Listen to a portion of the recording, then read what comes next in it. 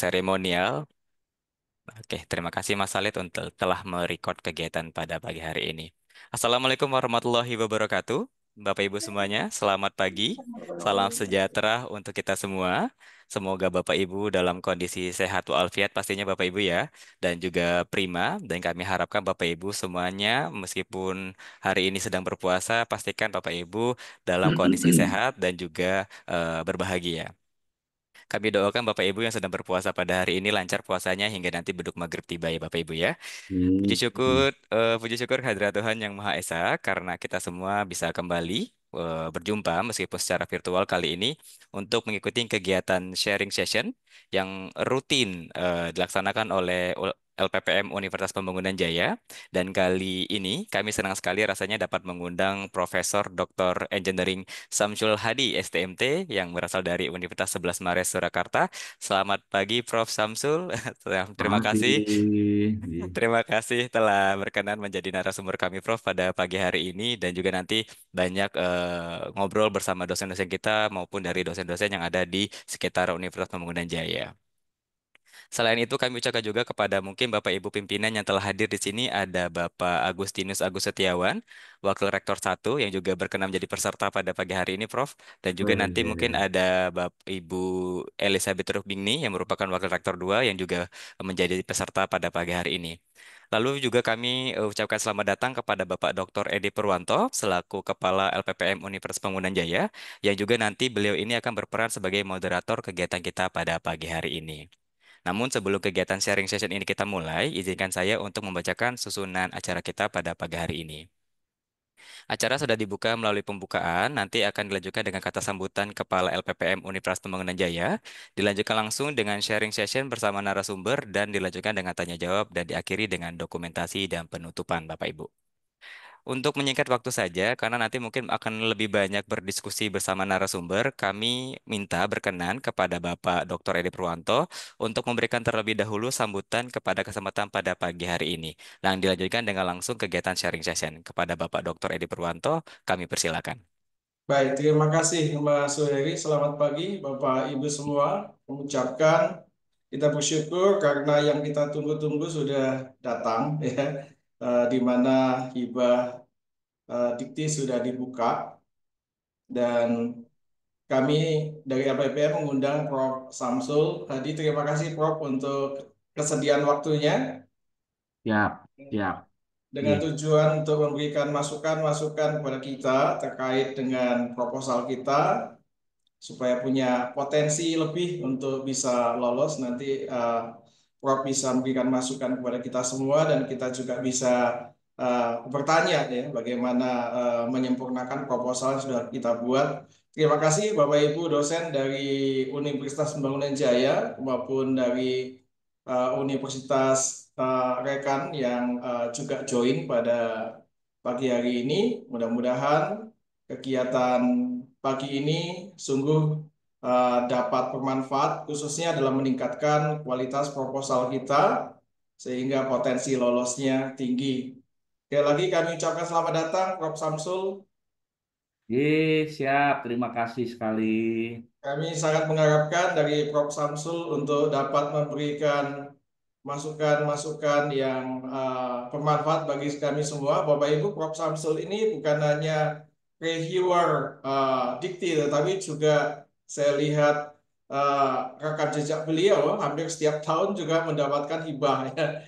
Dan bukan satu, bisa dua, bisa tiga, karena juga ada yang PDD ya Prof ya, saya perhatikan ya Ya, yang mungkin mahasiswa S3-nya Prof yang lolos. Jadi setiap tahun Prof ini dapat banyak hibah dari Dikti juga selain dari hibah dari sumber yang lain. Jadi eh, yang kita undang hari ini bukan hanya reviewer tapi juga peneliti sehingga tahu dari sisi peneliti maupun reviewer gitu ya Prof ya. siap. Ya, sharing saja nanti. Nanti Baik, sharing baik. session, berbagi pengalaman. Baik, terima kasih. Baik, tidak perlu membuang banyak waktu untuk saya bicara, langsung saja saya serahkan waktunya ke Prof. Samsul untuk memberikan materi untuk kita semua. Silakan, Prof. Ye, langsung Pak Heri nih. Ya, siap, Prof. Langsung aja, Prof.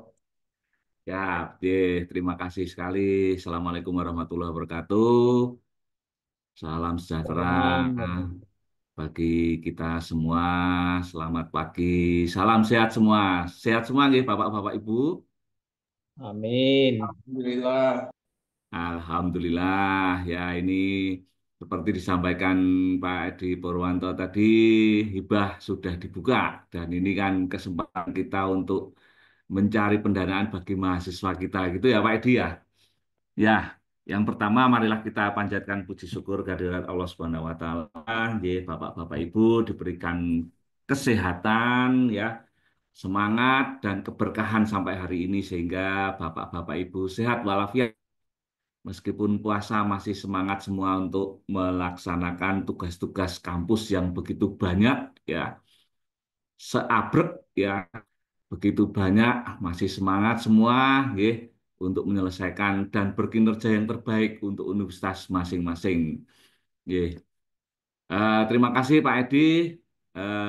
Sudah diberikan kesempatan ini saya diskusi dengan teman-teman. Jadi nanti bukan saya menggurui, nggih. Bukan saya jauh lebih baik, lebih pintar dan sebagainya. Kita hanya sharing session saja, sharing saja pengalaman saya selama ini seperti apa sehingga nanti mungkin ada beberapa hal yang bisa ya bisa memberikan insight atau pendapat ya pendapat berbeda dibandingkan bapak-bapak ibu semua yang bisa mungkin bisa ditiru gitu ya, bisa diterapkan di kampus masing-masing, bisa diterapkan di pribadi masing-masing. Jadi eh, saya tak share screen dulu nggih.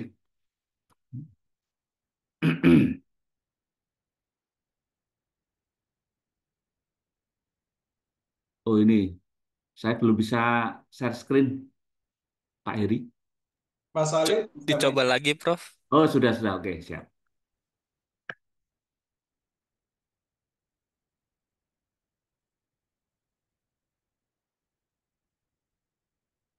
Sudah utuh terlihat semua atau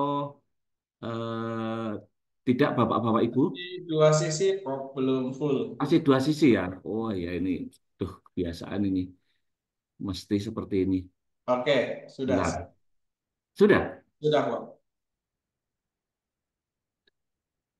Full malam. Belum di slide dulu, Prof. Belum belum di itu. Nah, Sebentar. diulang.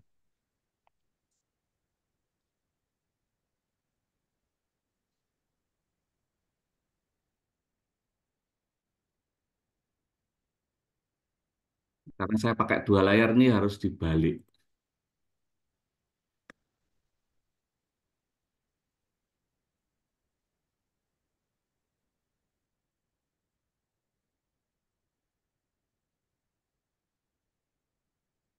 Sudah full atau belum, Bapak-bapak Ibu? Belum di slide dulu, Prof. Masih di split, Prof. Masih Iya, terbagi dua? masih terbagi dua, Prof. Kayaknya Sudah? Nah ini. Sebentar. Mohon maaf nih. Mari, Prof. Masih ditunggu, Prof. Oh, gini aja. Saya matikan dulu layar.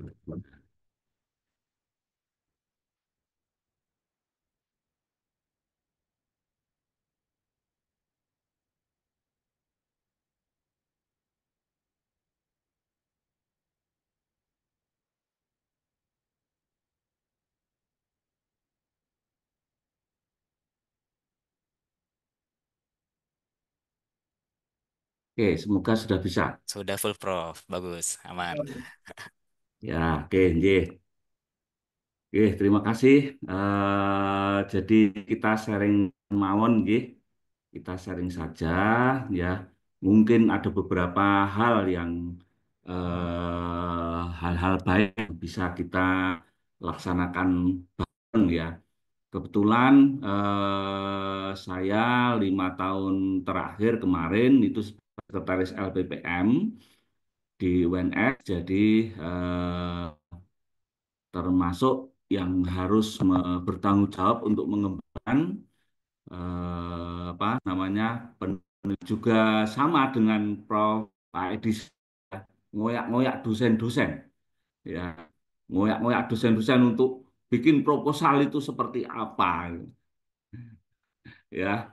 Terus setelah itu apa namanya, eh, memberikan penilaian, ya, raport Bapak-bapak Ibu semua. Nggih, jadi tadi sudah disampaikan, nggih. Ini karena kebetulan yang ini audiensnya tidak hanya dari UPJ ya, berarti ya. Saya siapkan ini khusus untuk UPJ jadi ini. Pertemuan luring ya. Jadi gini Bapak-bapak Ibu semua, yang kita bicarakan kan adalah penelitian, nggih. Penelitian, di mana penelitian itu yang paling penting itu adalah kebaruan. Ya, jadi kalau di pengabdian ya kebetulan pernah jadi reviewer dua-duanya, ya 2019 reviewer penelitian, kemudian 2021 itu pindah ke pengabdian. Nah ini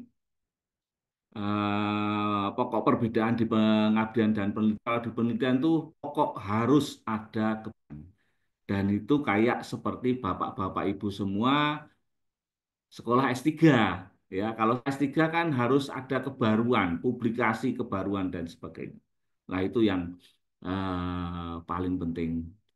Jadi ini yang biasanya saya bicara di berbagai tempat itu berusaha untuk mata dari dasar. Ini nanti juga saya sampaikan, nggih. Mungkin 1 jam, nggih. Saya berusaha untuk menyampaikan noto dari awal, noto dari dasar dulu.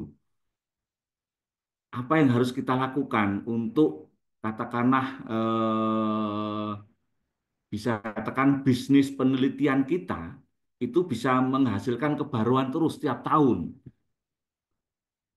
Ya, kita mungkin selama ini sebagai dosen itu kebanyakan kalau kita melihat kinerja dosen kita selama ini se-Indonesia itu ya, kebanyakan kita menempatkan diri kita itu seperti guru SD SMA, ya, di mana kita fokusnya itu hanya di pengajaran, ngajar. Karena mungkin ya di di beban kerja kita setiap semester, ya, kita ngajarnya itu sangat banyak, ya. Bisa 20 SKS, 15 SKS gitu. Ya enggak Bapak-bapak Ibu semua. Pak Heri berapa ngajarnya semester ini? Ya. Nah, padahal kalau kita melihat contoh-contoh atau melihat prakteknya di luar sana, ya, ya, universitas itu kan tersegmentasi juga, sama saja dengan kita ya. Universitas itu tersegmentasi ya, di mana universitas yang fokus ke riset, ya, sehingga beban ngajarnya itu sedikit, ya. Tetapi ada universitas juga yang fokusnya adalah ke pengajaran sehingga risetnya sedikit, ya. Tetapi di kita itu semuanya harus dengan terjemah, semuanya harus kita laksanakan. Ya meskipun dengan peraturan salah satu peraturan menteri yang terakhir di mana kita bisa mendesain beban penelitian dan pengajaran itu lebih fleksibel, itu sebenarnya salah satu cara prodi atau universitas untuk mendesain, ya, mendesain mendesain strategi agar kinerjanya itu bisa maksimal, ya. Kalau mungkin bisa dikatakan dosen yang sangat kusuk, ya, sangat tertarik ke penelitian, maka mungkin beban penelitiannya diperbesar, pengajarannya bisa diperkecil. Tetapi intinya, Bapak-bapak Ibu semua, kita tidak mungkin melakukan dua-duanya semua barengan. Pengajaran semaksimal mungkin, penelitian juga semaksimal mungkin, itu sangat susah. Sangat susah. Ya, ya butuh upaya sangat keras, ya mungkin lebih dari 40 jam per minggu pekerjaan kita, ya, dan itu sudah terbiasa ya Bapak-bapak Ibu semua dosen ini, ya, itu untuk melakukan itu. Jadi nanti saya coba untuk menata sharing di dasar dulu, nggih. Saya izin Pak Edi Purwanto sama Pak Heri, nggih. Ah, ini mohon maaf ini CV saya singkat. Jadi monggo kalau Bapak-bapak Ibu ada penelitian yang nyinggung dengan saya atau irisan ini riset experience saya selama 10 tahun terakhir, nggih. Eh, Setelah sekolah selesai, ini yang saya lakukan, nggih, terutama sekarang adalah di desalinasi dan turbin air. Ya, monggo kalau ada yang bisa kita kolaborasikan, saya sangat terbuka, nggih. Apalagi kalau mau sekolah, nggih, saya sangat terbuka juga. Ya, jadi Bapak-bapak Ibu semua sedikit ya untuk flashback sedikit saja bahwa link and match ini sudah digaungkan dari lama dan dengan Mas Menteri lama, nggih, ini dengan MBKM itu sudah mulai kelihatan wujudnya ya. Bapak-bapak Ibu mungkin merasakan bahwa 5 tahun terakhir itu link and match itu didorong sangat keras oleh Mas Menteri ya, meskipun ada pro kontra kurang lebihnya, tapi saya pribadi dan teman-teman di prodi atau di universitas saya itu merasakan dampaknya karena dengan link and match ya, dengan MBM, bapak-bapak ibu semua dipaksa untuk keluar dan orang luar masuk ke dalam. Artinya jarak antara universitas dengan industri dengan masyarakat itu semakin dekat.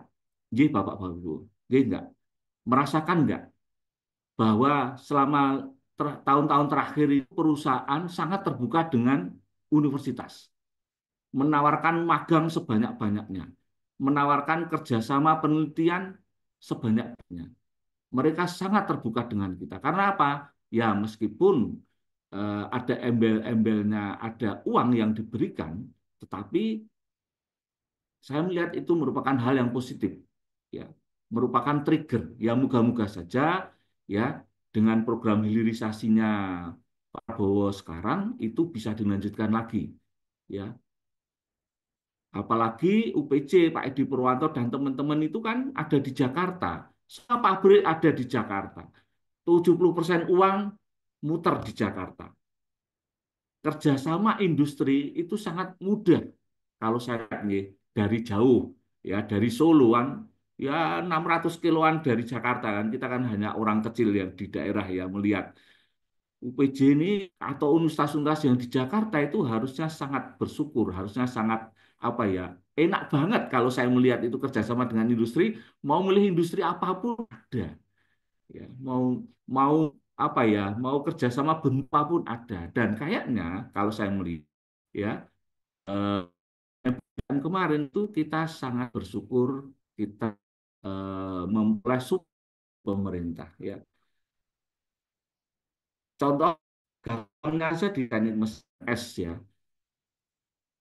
industri yang ada di Solo-nya ada tek ya, hanya ada tekstil dan sekarang pun ini ya sudah bangkrut ya, moga-moga aja bisa dilanjutkan Seriteknya ini 10.400 nganggur dalam jangka semalam Seritek ini.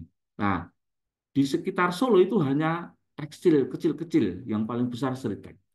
Di luar itu hanya ada Inka, Inka pabrik industri perkeretaapian di Madiun itu. Biasanya kalau orang ke Inka itu turun naik pesawat Solo baru ke Inka. Sekarang dengan tol mereka Jakarta langsung ke Inka. Nah, dengan BKM itu mereka sangat terbuka. Ayo Mas, ayo Pak, kita kerjasama penelitian untuk membuat industri kereta listrik. Buka. Oh, saya butuh apa namanya, butuh untuk membuat apa namanya, membuat baterai. Di mana saya punya problem tidak mudah terbakar. Mereka dekat dengan kita dan itu alhamdulillah mereka terbuka. Jadi bapak-bapak ibu yang saya hormati, ya, artinya bahwa ke depan ini link and match yang diharapkan oleh industri dan perguruan tinggi ini bisa semakin dekat. Ya. Dan ini Bapak-bapak Ibu yang saya hormati, mungkin kita mereview bahwa kinerja Bapak-bapak Ibu semua dengan dukungan industri itu tadi, itu semua sekarang sudah terintegrasi semuanya. Nggih, mboten Bapak Ibu. Saya sekarang bisa melihat kinerjanya Pak Heri langsung melalui Sinta. Ketik saja nama lengkap dari institusi mana, ya langsung kelihatan. Oh, Pak Heri publikasinya setahun sekian. Pak Edi tadi menyampaikan kinerja saya publikasi dari CV banyak. Benar nggak? Bisa langsung dicek di Sinta. Saya bisa melihat kinerjanya UPJ sekarang peringkat berapa, ya, senasional. Kalah nggak dengan 11-nya? Apa kekuatan dari UPJ? Apa yang bisa saya kerjasamakan dengan UPJ? Akan bisa kelihatan semua. Adanya integrasi dan Alhamdulillah kemarin kan Prof. Faiz selaku Dirjen Dikti yang lama, nih, direktorat itu berhasil untuk mensinergikan semua potensi IT kita atau data-data kita sudah terintegrasi semua. Nah, ini nanti ke depannya kita naik pangkat, moga-moga ya. Kita naik pangkat itu tidak lagi yang ngisi borang-borang dan sebagainya, sudah otomatis, ya, sudah otomatis langsung. Oh, ternyata Pak Samsul sudah waktunya naik pangkat. Pak Heri sudah harus naik pangkat ini. Karena ada publikasi dan sebagainya sudah lengkap. Tanpa perlu kita harus ngisi borang dan sebagainya. Publik apa namanya akreditasi juga semuanya data sudah dan alhamdulillah karena akreditasi juga sekarang sudah terintegrasi dengan PD Dikti ya sudah nyambung semua. Ya. Sehingga Bapak Ibu semua yang perlu kita baris bawahi di sini adalah kinerja Bapak Ibu semua itu nanti akan mempengaruhi kinerja dari universitas. Ya, karena di sini publikasi ini itu yang paling besar, ya, yang paling besar poinnya untuk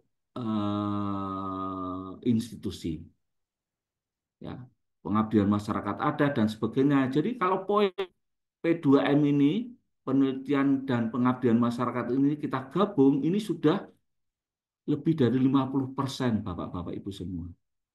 Sehingga fokus kita itu ya harus ini, ya, harus ini. Apalagi kalau luarannya dimasukkan, ya sudah hampir di atas 70%. Itu semuanya dari kinerja P2M kita. Jadi memang di Purwanto bebannya berat selaku Ketua LPPM karena tanggung jawab 70% Pak Edi. Kinerja dari universitas itu 70 ada di tempatnya Pak Edi Purwanto. Harus fokus ya, harus siap untuk dimarahi banyak-banyak dosen. Apalagi profesor-profesor itu. Ya, sudah sudah kebal atau Pak Edi dimarahi. Ya, nah, jadi Bapak-Bapak Ibu, semua kinerja Bapak-Bapak Ibu semua itu merupakan urun atau apa sumbangan ke universitas. Jadi jangan sampai kita melakukan kinerja itu terus tidak kita laporkan hasilnya atau malah kita memberikan noda ke Pak Edi Purwanto atau ke LPPM ya. Jangan sampai kita harus memberikan yang terbaik untuk UPJ yang Bapak-Bapak Ibu cintai ini ya. Jadi karena ini tadi sesinya untuk UPJ ini, nah ini rapotnya UPJ seperti ini Bapak-Bapak Ibu. Nggih. Rapotnya UPJ adalah seperti ini. Ada 114 autor ya. Sintanya skor overall itu 66.000 ya. Kemudian 3 tahunnya adalah 30 ribuan. Kira-kira Bapak-Bapak Ibu, mohon maaf ya ini ya, peringkat berapa Pak Heri sekarang UPJ itu di nasional? Pernah lihat nggak? Belum Pernah pernah ngulik nggak? lihat. Atau Pak Edi?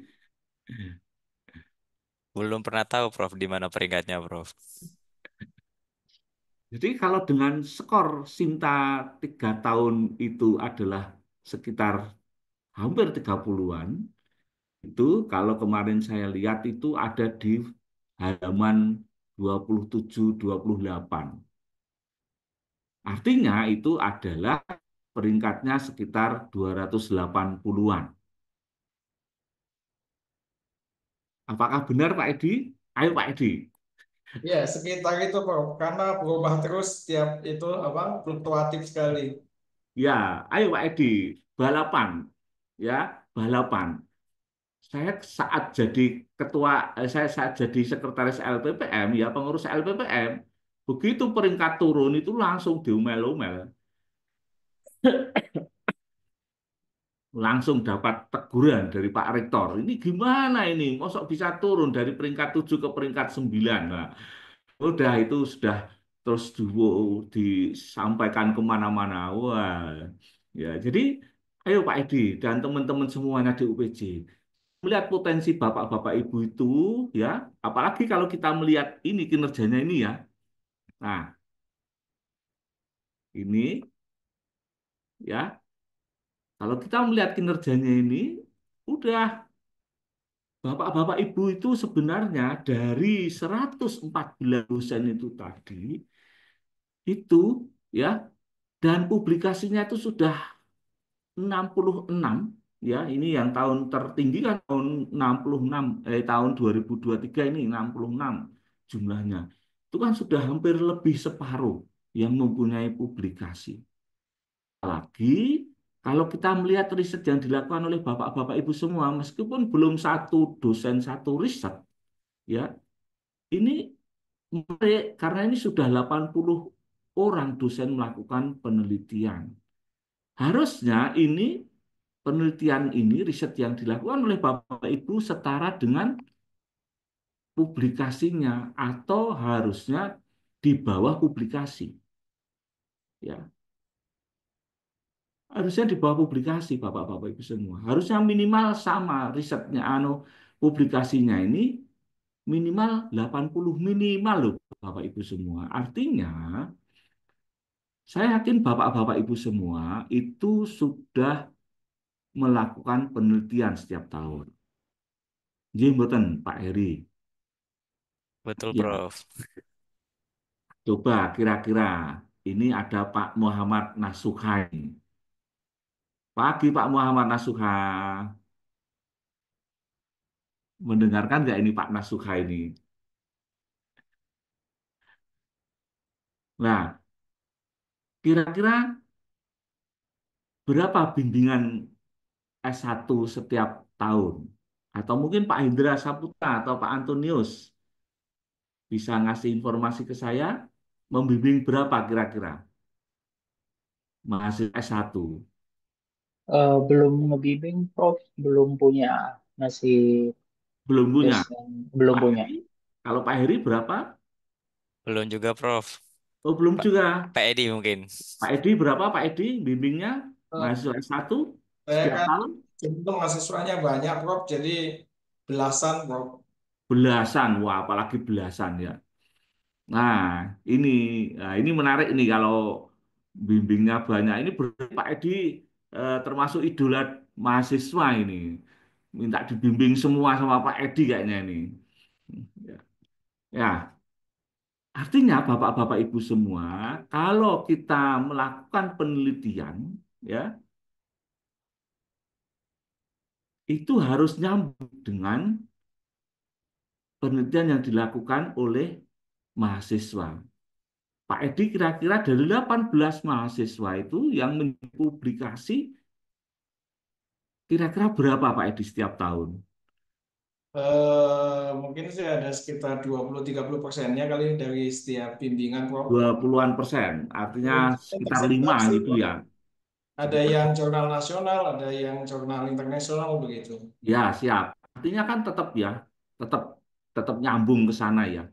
Bahwa yang perlu kita perhatikan Bapak-bapak Ibu semua, ya, kita harus kerja itu lebih efisien di tengah beban pekerjaan kita yang sangat banyak. Nggih, ya, Bapak-bapak Ibu.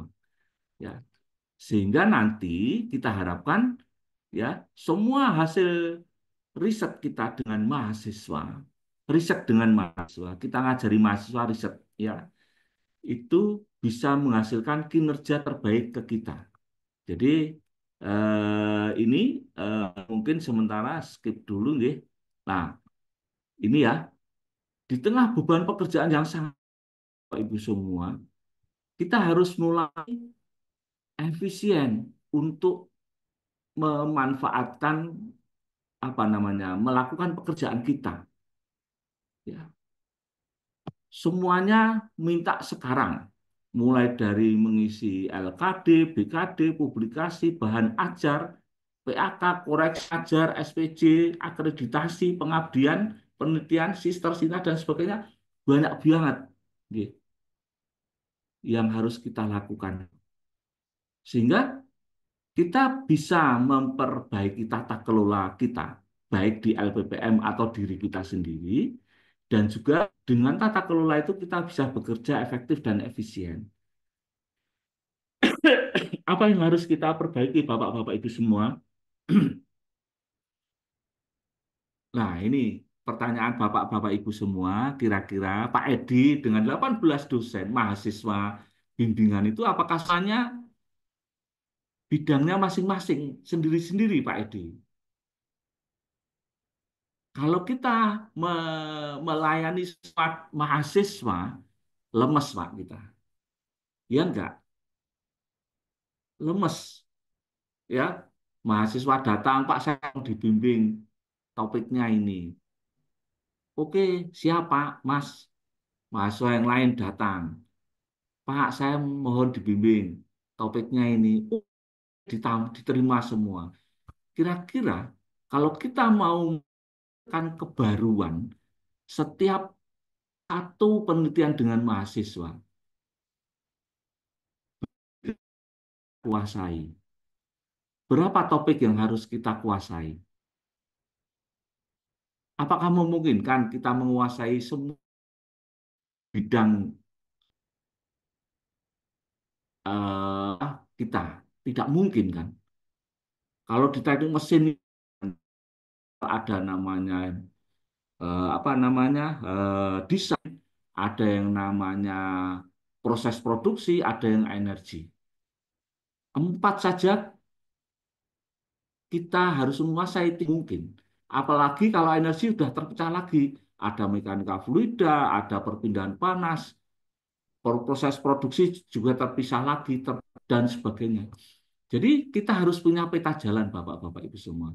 Kita harus ikhlas, kita hanya menguasai bidang hanya satu atau dua saja. Jangan kita harus menguasai semua bidang. Tidak mungkin. Tidak mungkin. Makanya di dikti itu kan disebut sebagai rumpun ilmu. Kita harus fokus di rumpun ilmu itu. Ranting ilmu, rootnya langsung ke apa namanya, mengerucut ya, rootnya sampai akar-akarnya, sampai ke namanya apa namanya, ranting ilmu yang terkecil. Kita harus menguasai. Tidak mungkin kita menguasai pokok ya, pohon ya, semuanya tidak mungkin kita bisa. Sehingga Bapak-Bapak Ibu semua ya, ini yang saya fokus untuk untuk menguasai hanya satu dua bidang saja. Percaya Bapak, dunia ini terlalu luas untuk bisa kita hadirkan sendiri penelitiannya. Tidak mungkin habis. Nanti saya tunjukkan ya.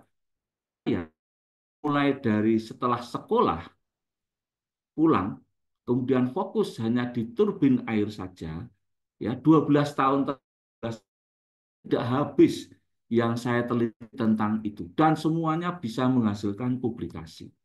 Jadi ini Bapak-Bapak Ibu semua, kenapa kita harus fokus? Kita harus fokusnya sekarang Bapak-Bapak Ibu semua itu harus penelitian. Mungkin selama ini kita melakukan pengajaran, pengabdian, penelitian itu terpisah-pisah. Sendiri. Nah, misal kita bidang A, penelitiannya bidang B, pengabdiannya juga bidang C. Semuanya kita lakukan. Lemes Bapak-Bapak semua. Kita harus ngalor ngidul istilahnya bahasa Jawanya itu. Kesel, ya. capek. Tapi kalau kita bisa mensinergikan itu dalam satu bidang ilmu penelitian saja, kemudian kita bisa menjabarkan ke pengabdian dan pengajaran kita, itu sangat jauh lebih efisien dan efektif. Bapak-bapak, Ibu semua harus yakin dengan penelitian yang dilakukan. Maka itu nanti akan bisa menghasilkan pengabdiannya yang nyambung-nyambung ke penelitian, pengajarannya kita bisa memberikan pengayaan ilmu dari hasil penelitian kita. Harusnya kan gitu. Kita ngajar ya hasil dari penelitian kita. Meskipun tetap ilmu dasarnya itu pakai teorinya siapa, A, B, C, D, dan sebagainya, benar. Ilmu-ilmu dasar. Tapi pada saat pengembangan, itu kita kan bangga gitu loh. Kita harus mulai menyampaikan bahwa ini loh temuan saya itu tentang apa topik ini itu terakhir saya mengerjakan penelitian tentang ini hasilnya ini. Jadi kalau perlu ya buku-buku riset atau buku-buku pengajaran itu harusnya ada teori-teorema Pak Heri keluarkan teorinya, Pak Edi Purwanto keluarkan teorinya sendiri. Kita bisa lari ke sana. Kita bisa ya. Nah, apa yang harus kita lakukan Bapak-bapak Ibu yang saya hormati?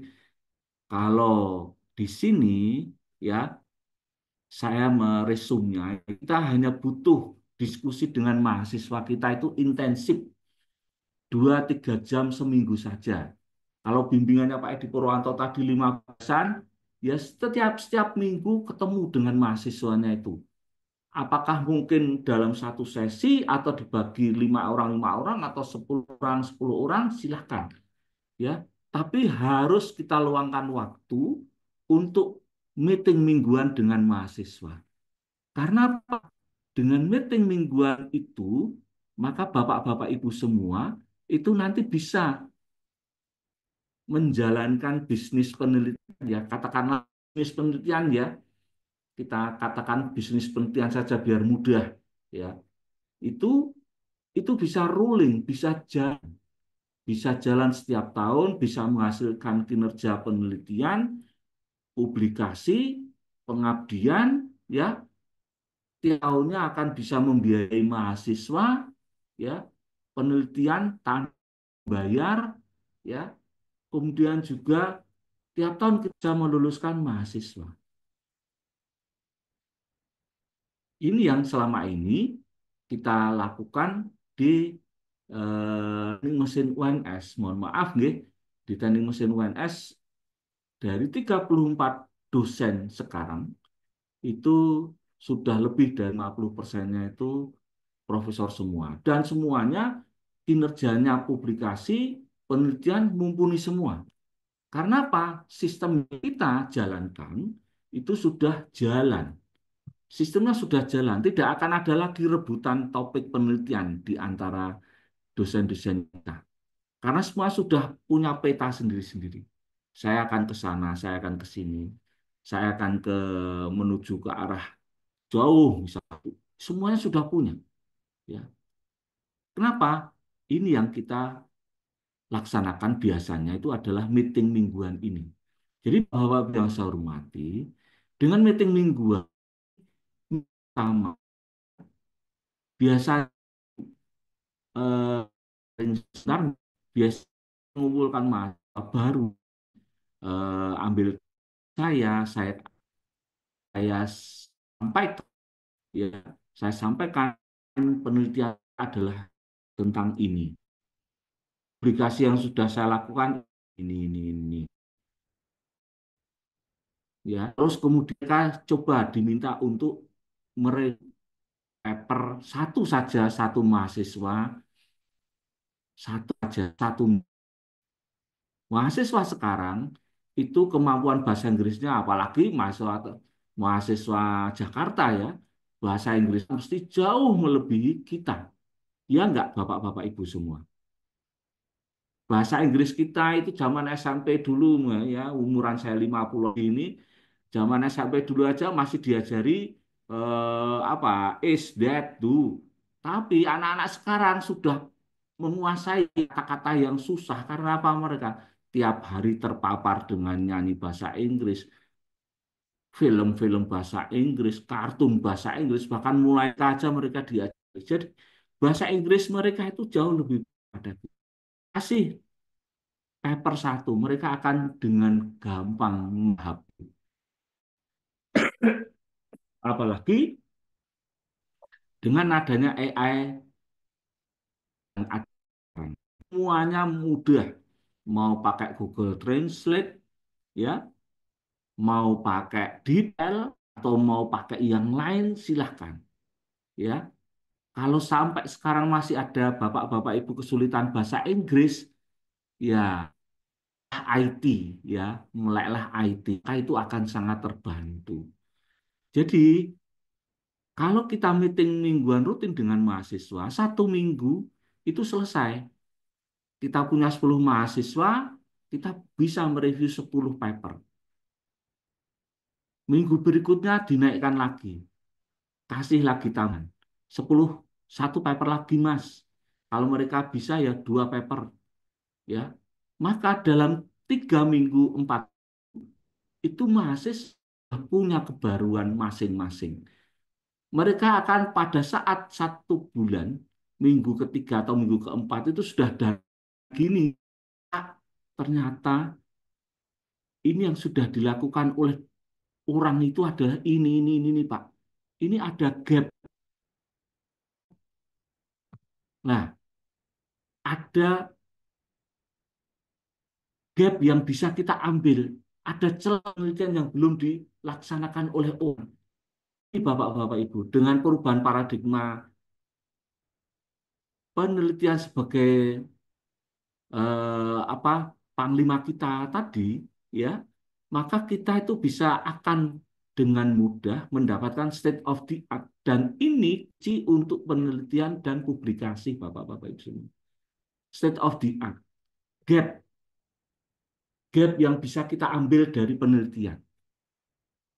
Artinya, kalau kita meeting mingguan dengan mahasiswa, 3 pokok pekerjaan terakhir awal ini untuk memulai penelitian, untuk memulai publikasi itu sudah selesai, sudah selesai. Jadi, maka dengan state of the art yang kuat, Bapak-Bapak Ibu semua, enak sekali nanti untuk bisa mendapatkan data, menganalisis, kemudian draft paper. Berikutnya proposal pengabdian atau penelitian itu nyambung, cepat, sudah ketok moto, sudah kelihatan, sudah bisa kita kerjakan. Maka untuk kemudian masuk ke publikasi atau pengabdian itu jauh lebih mudah lagi. Jadi segmentasinya atau sekuennya itu kelihatan Bapak-Bapak Ibu semua. Sekuen pekerjaan kita di bisnis penelitian ini, ya, apalagi Bapak-Bapak Ibu semua dengan mahasiswa yang banyak, itu kita bisa berkolaborasi mereka. Ayo Mas, saya tolong dibantu. 1, 2 orang jadikan asisten. Yang mau jadi dosen, maka jadikan asisten sekalian. Diajari penelitian, diajari tulisan, publikasi yang baik. Maka mereka itu akan sangat punya powerful, ya. Apalagi mahasiswa S2, S3, ya. Mahasiswa S1 jangan lupa nih Bapak-bapak Ibu semua. Mahasiswa S1 itu hanya latihan penelitian. Mereka jangan sampai dikasih beban terlalu berat, apalagi sampai nulis ke jurnal Bapak-Bapak Ibu. Tidak boleh sama sekali. Ya, mahasiswa S1 itu maksimal hanya 1 parameter saja. Karena mereka hanya belajar penelitian. Tetapi untuk mendapatkan 1 parameter, kita tetap harus mendapatkan state of the art-nya dulu. Gap-nya kita ajari. Ini loh Mas, kamu ngambil judul ini itu harus ada dasarnya, bacanya banyak. 10-20 paper dulu. Sama saja dengan besok, ya, pada saat anak-anak didik kita itu masuk ke perusahaan, maka mereka kan akan di apa namanya akan berhadapan dengan masalah-masalah yang kompleks, maka mereka harus bisa mencari, meresum data-data dulu. Oh, ternyata seperti ini, Pak. Oh, ternyata kondisinya seperti ini, maka kita bisa melakukan langkah-langkah seperti ini. Jadi kan kita memberikan background pola pikir kepada anak-anak kita bahwa kalau kita mau melangkah, kalau kita mau menentukan sesuatu itu harus ada dasar-dasarnya, tidak hanya berdasarkan tidak hanya berdasarkan hanya humor saja, tapi benar-benar data, ya. Jadi Bapak-bapak yang saya hormati, mahasiswa S1 dengan satu paper, dengan satu topik saja atau dengan satu parameter saja itu sudah bisa untuk kita tuliskan satu publikasi, ya. Terutama kalau hanya masih bentuk proceeding. Ya, proceeding itu kan laporan progres yang kita. Proceeding Scopus boleh hanya satu parameter saja. Ya, itu bisa.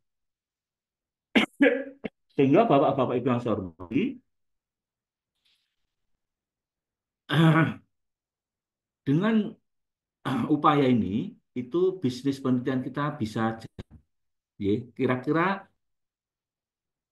sudah melakukan seperti ini belum Bapak-bapak Ibu semua? Pak Edi, ya, atau yang lain Bapak-bapak Ibu yang saya hormati, sudahkah kita serius untuk membimbing anak-anak bimbing kita? Nah, ini lebih serius lagi pertanyaannya. Kira-kira sudah serius nggak kita itu membimbing anak didik kita? Jadi, kalau dengan keseriusan itu, maka kita nanti akan bisa mendapatkan hasilnya balik ke kita, itu ya lumrah. Ya. Jadi, Bapak-bapak yang saya hormati, setelah kita dapat roadmap penelitian sendiri, nanti bunga adalah ke grup riset. Nah, nanti ini tugasnya Pak Edi Purwanto di LPPM untuk memetakan, ya, memetakan potensi dari dosen-dosen dikelompoknya jadi, oh ini ada grup yang mumpuni di tata kota, ini lalu lintas kota, ini ada yang turbin, ini ada yang apa ekonomi apa ya dan seterusnya. Ya, ini tugasnya dari Pak Edi nanti ya. Nah, kita skip dulu ini aja ya. Kita masuk ke skema, ya. Bapak-bapak yang saya hormati, untuk tahun ini skema penelitian itu tidak ada perubahan signifikan dibandingkan tahun yang kemarin, ya. Tidak ada perubahan kecuali hanya perubahan di ini nomenklatur, rasa cita, ya. Kemudian juga penggabungan antara vokasi dan akademik. Sekarang karena digabung lagi, maka ini sekarang semuanya bisa masuk ke BIMA, ya, untuk vokasi dan akademik. Kemudian berikutnya itu yang dirubah itu adalah keterlibatan, ya. Nanti kita kulik satu-satu nih. Topik-topik penelitian itu tetap sesuai dengan Rencana Induk Riset Nasional RRN 2025 sampai 2045 nggih. Yang kemarin sudah periode kemarin sudah disampaikan RRN-nya tetap ya. Prioritas riset nasionalnya itu cita itu nanti akan sedikit berbeda tetapi hampir sama dengan yang lama juga ya. Ya, fokusnya adalah di energi, pangan dan hankam ya. Nah, ini yang diharapkan itu adalah berbasis masalah atau tantangan. Nah, ini kan program hilirisasi dari Pak Prabowo ini kan ditekan ya sedemikian kuat sehingga nanti hilirisasi itu akan terjadi di semua lini diharapkan. Ya, pertanian apalagi itu peluangnya sangat besar ya. Jadi fokusnya tetap di RRN 2017-2045, ya. Kemudian program PN-nya tetap sama dengan 9 prioritas riset nasional itu, tetapi ada ada 5 ini ya.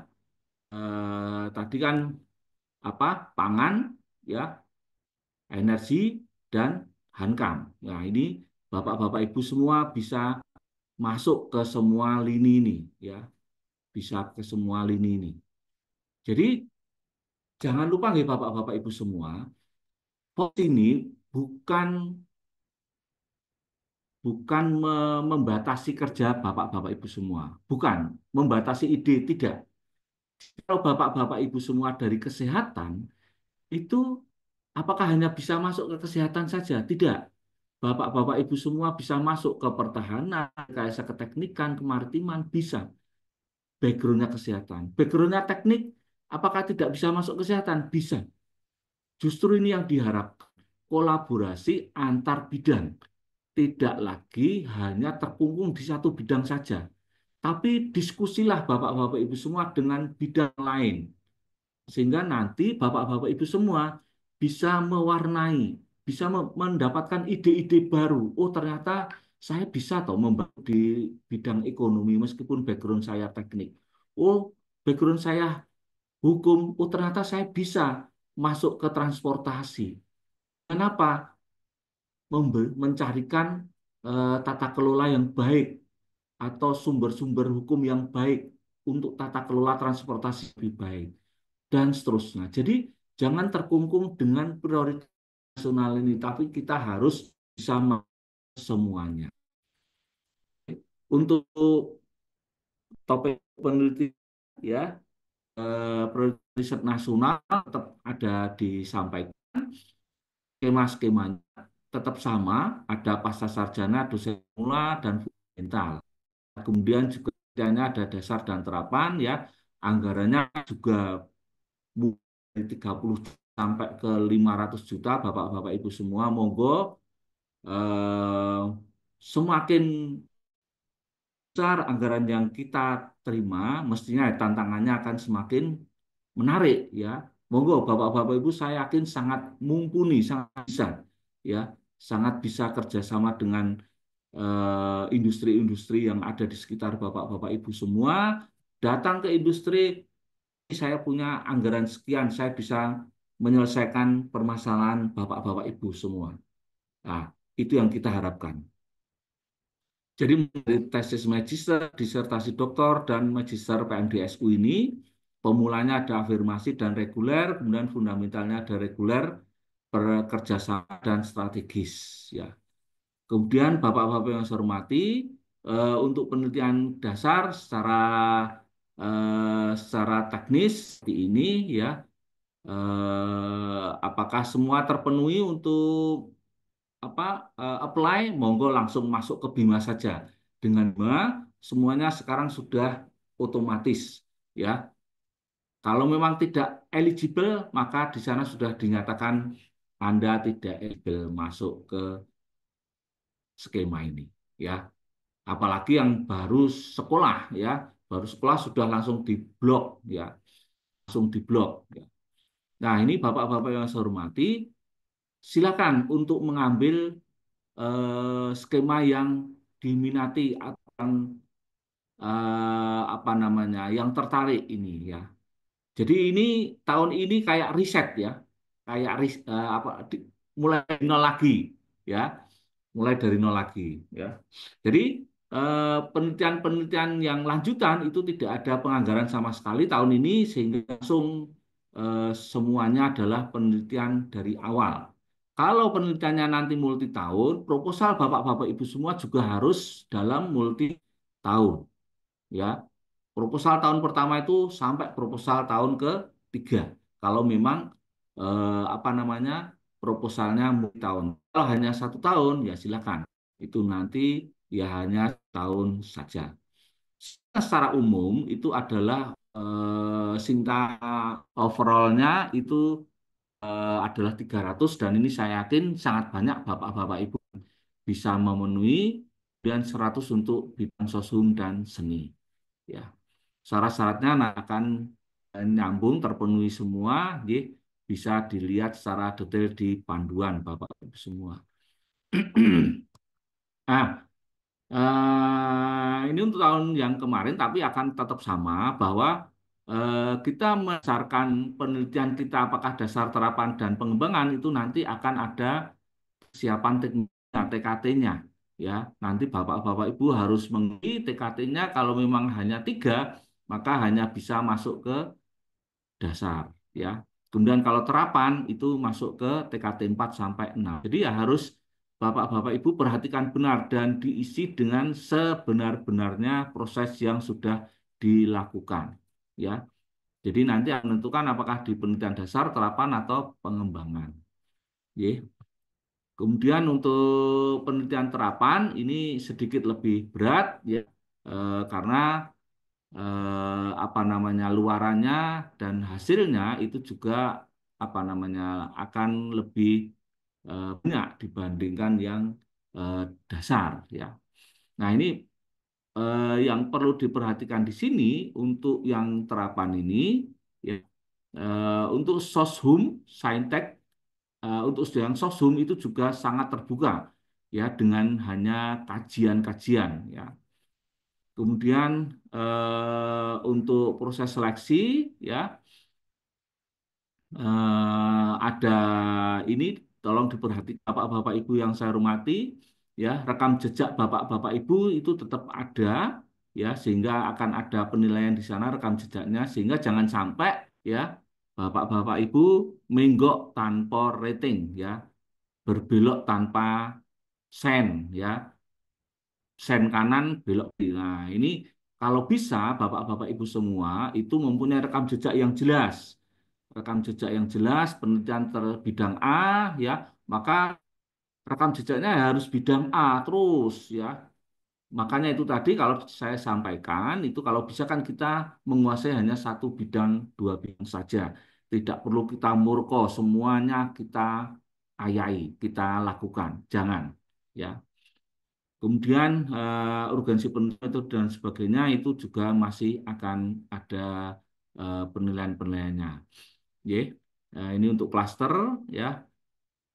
Secara ini untuk penelitian, ya, dosen tetap, kemudian punya NIDK, ID Sinta yang paling penting nih ya harus punya karena kalau tidak punya ini tidak bisa masuk ya. Kemudian aktif tidak boleh dalam tugas atau izin belajar, kemudian harus tidak dalam universitas yang pembinaan ya. Kemudian untuk anggota tim peneliti juga hampir sama, ya. Mahasiswa ini mahasiswa perguruan tinggi, kemudian masyarakat juga bisa masyarakat mitra penelitian atau pengabdian. Nah, ini yang berbeda dibandingkan tahun kemarin. Tahun ini Bapak-Bapak Ibu semua hanya bisa maksimal 2, baik sebagai ketua ataupun anggota. Jadi hanya satu penelitian sebagai ketua dan satu penelitian sebagai anggota atau pengabdian sebagai anggota. Atau 2 penelitian dan pengabdian sebagai anggota. Jadi baik penelitian dan pengabdian itu hanya boleh satu saja sebagai ketua. Ya, tidak bisa double lagi seperti kemarin. Kemarin kan saya bisa apply sampai 5 karena fundamental saya ngisi ya. Kemudian setelah itu tesis magister itu bisa boleh sampai 2. PDD dan tesis magister itu kalau nggak salah bisa sampai 5 ngisinya sesuai dengan jumlah mahasiswa. Nah, tetapi meskipun itu dibatasi hanya bisa dapat 3, satu fundamental atau satu penelitian dan yang lain itu adalah tesis magister dan disertasi doktor. Ya.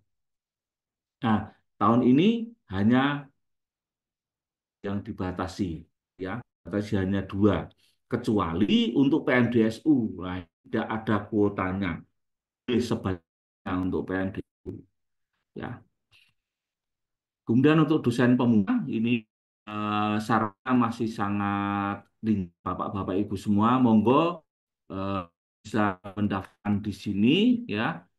Ini ada untuk klaster mana, Pratama dan Binaan. Ini UPJ klasternya apa ya, Dia?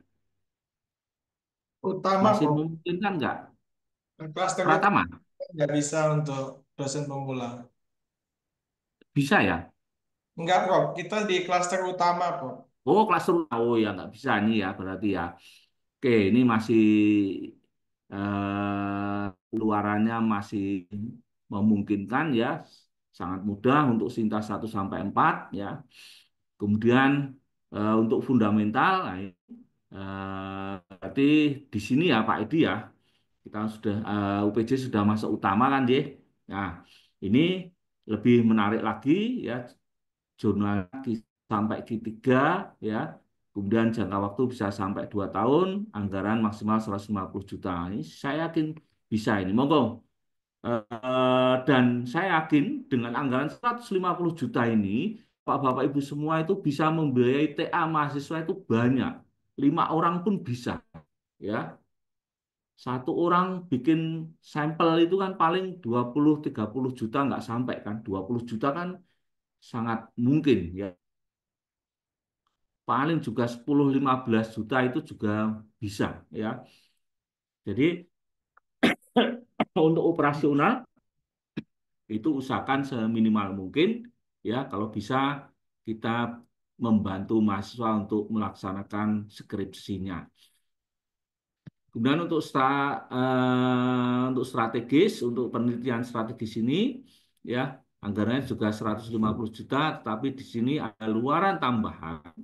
Di samping itu tadi, di samping Q1 sampai Q3 juga ada produk atau naskah kebijakan. Nah, ini sangat memungkinkan Bapak-Bapak Ibu, terutama untuk anggota yang dari atau Bapak Ibu yang dari Soshum ya dan seni, kan sangat memungkinkan untuk luarannya itu adalah naskah kebijakan ini.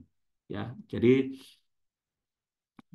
monggo bisa ditindaklanjuti untuk segera mungkin melaksanakan membuat proposal-proposalnya.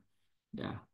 Kemudian untuk penelitian strategis itu harus dari mandiri dan utama, dan ini semuanya sudah terpenuhi untuk Bapak-Bapak Ibu semua. Ya. Kemudian untuk ketua tim 2, 3, 4 ya itu bisa dari klaster di bawahnya ya. Madya juga bisa masuk. Kemudian minimal lektor ya. Kemudian eh, yang bisa dilakukan topiknya adalah ini Bapak-Bapak Ibu semua. Ya. Kemudian berikutnya untuk terapan. Ini waktunya 1 tahun ya. Kemudian besaran dananya 250 ya. Luaran juga hanya 1 model dan laporan feasibility study. Ya. Dan ini monggo Bapak-Bapak Ibu semua bisa dilaksanakan. Ini kok indah sendiri nih. Kemudian berikutnya Bapak nanti detailnya untuk syarat ya. Ini kita skip saja ya. Kemudian untuk penggunaan anggaran tahun kemarin Bapak-Bapak Ibu semua, moga-moga tidak ada keluhan untuk SPJ di UPJ. Ada nggak Pak Edi? Moga-moga tidak ada. Atau LPPM sudah membantu, ya. Jadi moga-moga saja LPPM UPJ memberikan bantuan untuk meng-SPJ-kan penelitian. Sudah belum, nggih, Pak Edi? Ya, karena ini biasanya keluhan utama bagi bapak-bapak ibu yang dari swasta itu kan apa namanya terbiasa mudah kan untuk melakukan apa namanya melakukan SPJ ini, pertanggungjawaban keuangan kan biasanya mudah kalau di swasta itu pokoknya kwitansi kasih selesai gitu kan ya. Tapi kalau untuk yang anggaran dari Dikti ini kan ribet, harus ada formnya. Kemudian juga kalau lebih dari pembelian lebih dari 10 juta seperti apa, harus ada materainya. Kalau pembelian di atas 200 juta maka harus ada lelang mini misal kayak gitulah. Seperti itu kan pertanggungjawaban keuangan negara itu kan beda dengan yang di swasta. Ya, lah ini diharapkan Pak Edi dan teman-teman di LPPM itu membantu ya, membantu karena keluhan utama saja dosen di swasta atau di negeri itu adalah SPJ ini, ya, di SPJ ini.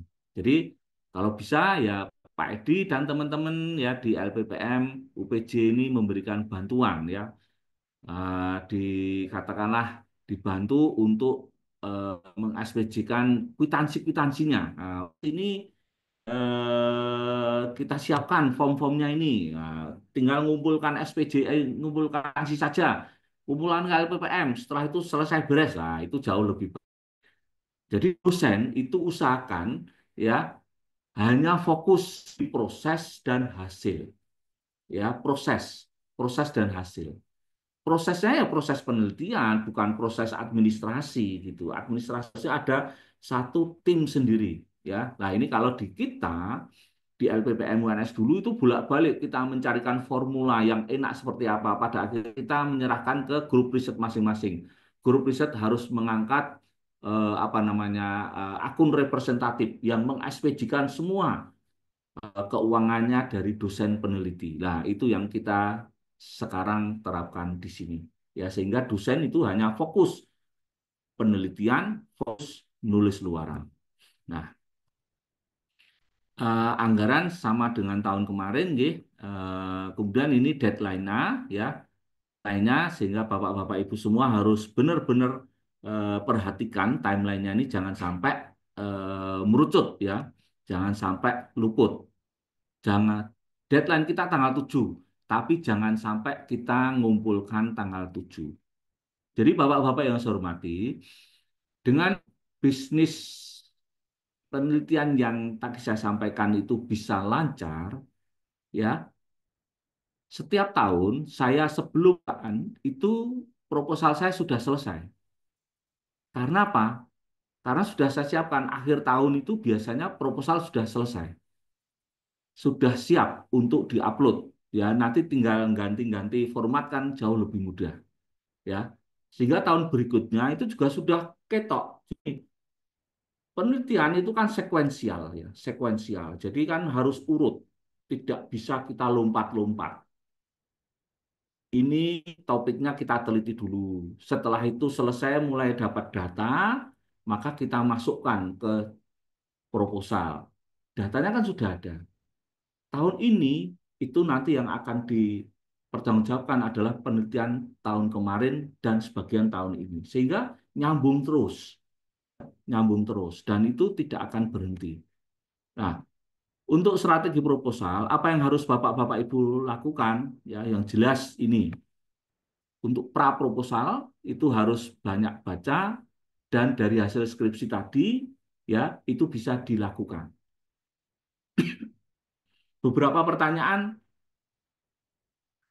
mengemuka adalah seperti ini. Pak, kalau penelitian saya tahun ini, hasilnya tahun ini, apa ya bisa publikasinya tahun ini? Ya enggak? Pertanyaan terbesar dosen kan seperti itu. Dan alhamdulillahnya kan Dikti, mohon maaf, dan alhamdulillahnya kan Dikti memberikan keleluasaan waktu sampai tadi kan timelinenya ini kan sampai Juni, Juli tahun depan, Juni tahun depan. Sehingga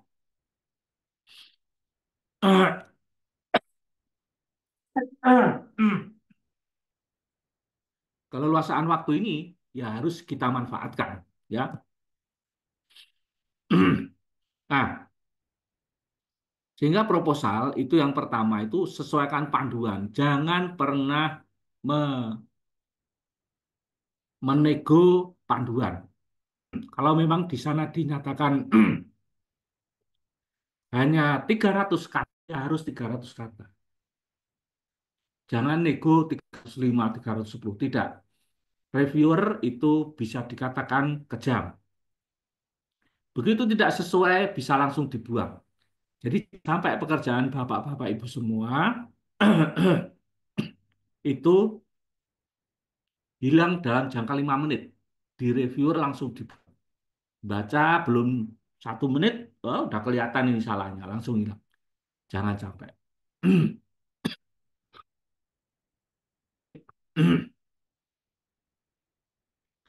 Kemudian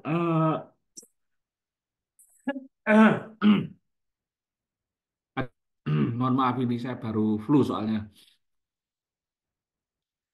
Kemudian Bapak-bapak yang saya hormati,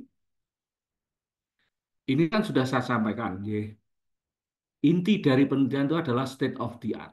Jadi harus ini, ya, mengerucut ke topik yang diteliti terkait dengan referensi. Kemudian tujuan penelitian harus lengkap, harus jelas, ya, harus dijawab di bagian kesimpulan. Kemudian detail dan terukur, ya, ini juga harus menunjukkan bahwa Bapak-bapak Ibu semua itu menguasai bidangnya, ya, dan harus nyambung antara kegiatan dan RAB-nya. Kemudian berikutnya itu adalah maksimalkan penilaian. Ya. Jadi proposal penelitian itu usahakan sama dengan akreditasi. Harus bisa kita nilai, harus bisa kita nilai semaksimal mungkin. Jangan sampai ada yang di apa namanya diabaikan. Jadi usahakan tetap harus maksimal mungkin. Ya. Contoh-contoh proposal nanti mungkin bisa saya share, ya. Eh, Bisa saya share untuk contoh-contoh proposal baik dari saya ataupun yang sudah terdanai selama ini. Nah, yang perlu garis bawahi lagi, Bapak-bapak Ibu yang saya hormati, ini untuk tabel of the art, ya. Jadi upayakan Bapak-bapak Ibu semua itu memberikan kemudahan reviewer untuk menilai Bapak-bapak Ibu semua dengan cepat. Dengan apa? Salah satu adalah memberikan state of the art dalam bentuk tabel atau gambar. Monggo silakan pakai model yang mana. Dengan state of the art dengan tabel seperti ini, ya, nanti di akhir di belakang ini Bapak Ibu melakukan penelitian apa? Di atasnya akan berbeda diri, ya. Contohnya adalah seperti ini, ya, state of the art. Jadi penelitian tentang A, B, C, D, E kita sampaikan semua bahwa kita itu sudah punya senjata yang banyak. Saya sudah baca banyak paper loh untuk mendapatkan kebaruan. Ini didapat dari mana Bapak-bapak Ibu semua? Meeting mingguan dengan mahasiswa. Ya, meeting mingguan dengan mahasiswa. Ya. Nah, ini kalau saya selama ini senang dengan bentuk model seperti ini. Jadi saya kan bisa tahu, oh ternyata sudah baca A, B, C, D. Oh ternyata memang kelihatan perbedaan yang akan dilakukan dibandingkan yang sudah dilakukan oleh orang yang lain. Contoh yang lain adalah ini yang tahun ini saya ajukan, ya, 2020-2027, ya, ini publikasi saya semuanya saya sampaikan di sini. Artinya penelitian yang saya lakukan sekarang itu adalah lanjutan dari penelitian sebelumnya, ya. Simulasi ada, ya, kemudian eksperimen juga ada dan digabungkan antara simulasi dan eksperimen itu tadi, ya. Ini roadmap penelitian saya tentang desalinasi. Ya.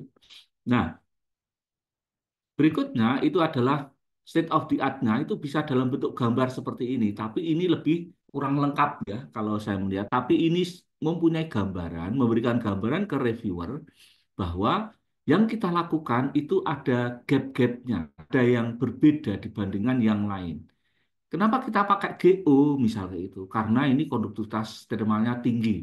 Sehingga ini selama ini konduktivitas termalnya rendah, maka ini penggantinya atau tambahannya. Ya. Kemudian hasil-hasil yang sebelumnya usahakan masukkan ke riset ke proposal kita.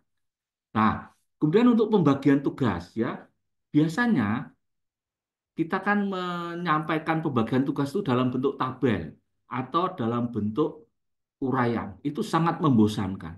Usahakan bisa kita coba untuk dalam bentuk grafik seperti ini, ya. Penelitian ketua peneliti, peneliti 1, 2, 3, 4, ini bahkan mahasiswanya ada atau peneliti dari luar.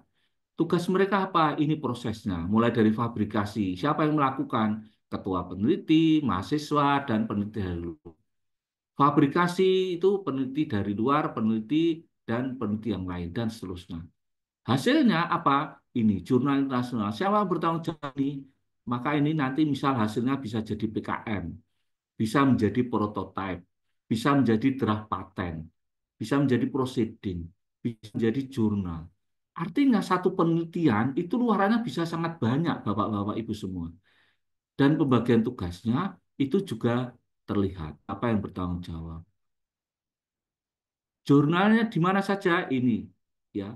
Meskipun tidak harus ini nanti realnya, karena ada kan ditolak dan sebagainya kita pindahkan ke yang lain, itu tidak masalah. Yang penting Bapak-bapak Ibu semua punya tujuan. Nah, ini contoh yang state of the art yang lain, ya. Jadi tunjukkan riset sekarang itu apa, riset yang diajukan. Jadi reviewer akan bisa melihat secara lebih mudah, bisa menilai, oh, proposal ini layak, ya. Ini contoh yang lain, ya. Ini contoh yang lain. Nah, kalau kita punya sudah satu bidang itu tadi, kita punya, maka penelitian kita itu bisa kita split-split. Ini ke Dikti, ini ke internal, ini ke LPDP, ini ke RKI, ini ke yang lain, dan seterusnya. Atau ini kerjasama dengan luar negeri, itu penak, ya. Bisa kita potong-potong, ya. Mungkin itu yang bisa saya sampaikan, Bapak-bapak Ibu yang saya hormati, sudah 1 jam, gitu. Sudah saya sampaikan, nanti bisa dilihat, ya. Strategi yang paling penting ini ya Bapak-bapak Ibu semua, sesuaikan aturan, di panduan.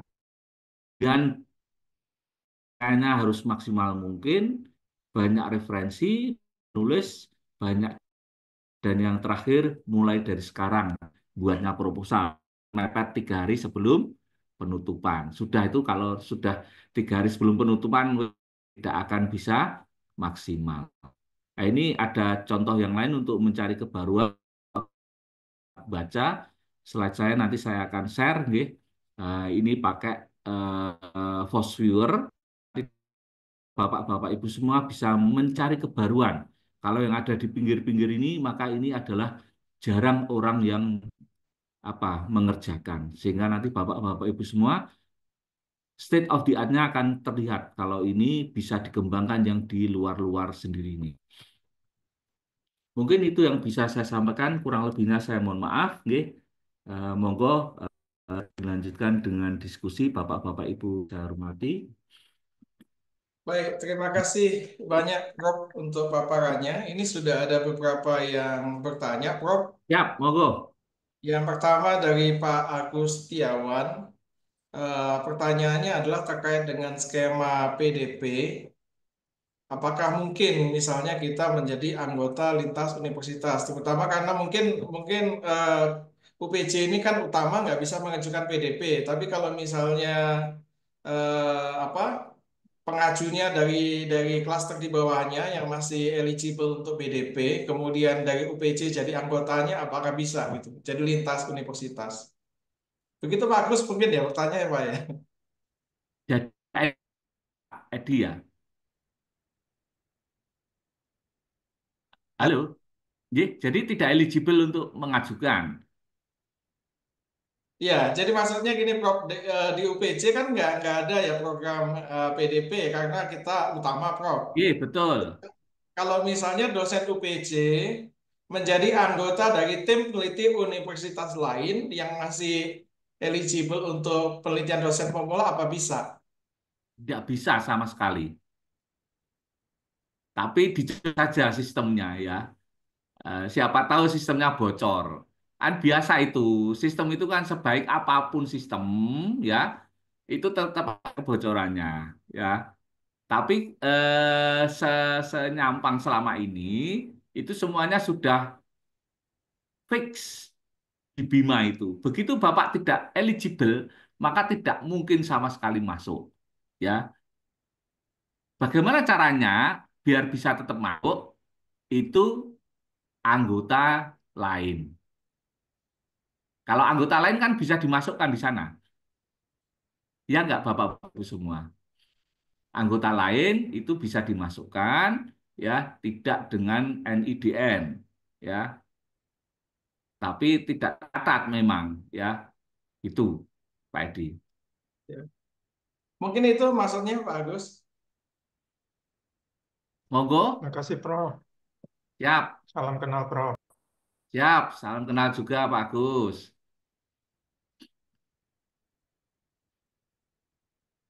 Baik, selanjutnya ada dari Pak Hengki, Prof. Jadi beliau ini rekam jejak selama ini di teknik informatika. Tapi saat ini tertarik untuk penelitian skema fundamental tentang evaluasi kebijakan energi terbarukan dalam potensi pekerjaan hijau, studi kasus energi angin di Indonesia. Nah, menurut beliau ini jauh dari bidang teknik informatika. Pertanyaannya apa memungkinkan, Prof? Sangat memungkinkan Bapak-Bapak Ibu semua. Jadi saya sampaikan tadi kan diharapkan Bapak-Bapak Ibu itu kan bisa kolaborasi, bisa diskusi dengan bidang-bidang yang lain. Artinya, Bapak-Bapak Ibu, kalau itu tentang tata kelola, tentang apa namanya kebijakan ya, kebijakannya itu mesti Bapak-Bapak Ibu harus collab dengan bidang yang lain, apakah dari ekonomi ya atau dari hukum ya. Mungkin bisa yang mengajukan malah dari hukum ya sebagai ketuanya. Nah, itu kan apa namanya studi kelayakan kan ya, apa namanya apa itu kebijakan ya, kebijakan ya. Nah itu bisa, sangat bisa. Monggo. Ya. Baik, Prof, Itu izin. ya, itu nanti kesulitannya adalah pada saat meramu di proposal. Tapi saya yakin akan sangat bisa. Ya, asal bapak-bapak ibu semua itu tadi baca yang banyak, diskusi yang banyak, dan ya, Gih, monggo, silakan. Izin, Prof. Saya dengan Hengki, Prof. Jadi saya tertarik dari tadi sampai kalau Prof rekam jejak. Nah, saya betul baru ngeh gitu kan rekam jejak. Rekam jejak saya selama ini kan di teknik informatika gitu kan. Ke lebih cenderung banyak di tentang komputerisasi gitu kan. Nah, saat ini saya sedang tertarik tentang yang mana kan saat ini kan energi terbarukan gitu loh, Prof.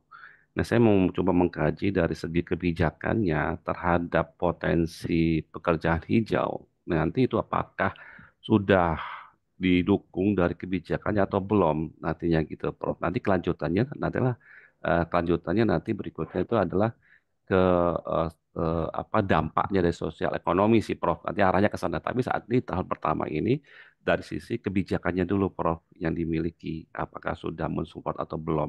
Nah itu Prof. Tadi saya tertarik dengan rekam jejaknya tadi itu apakah memungkinkan ataukah bisa atau tidak mengingat rekam jejak saya itu jauh dari hal tema penelitian saya hari ini gitu loh Prof.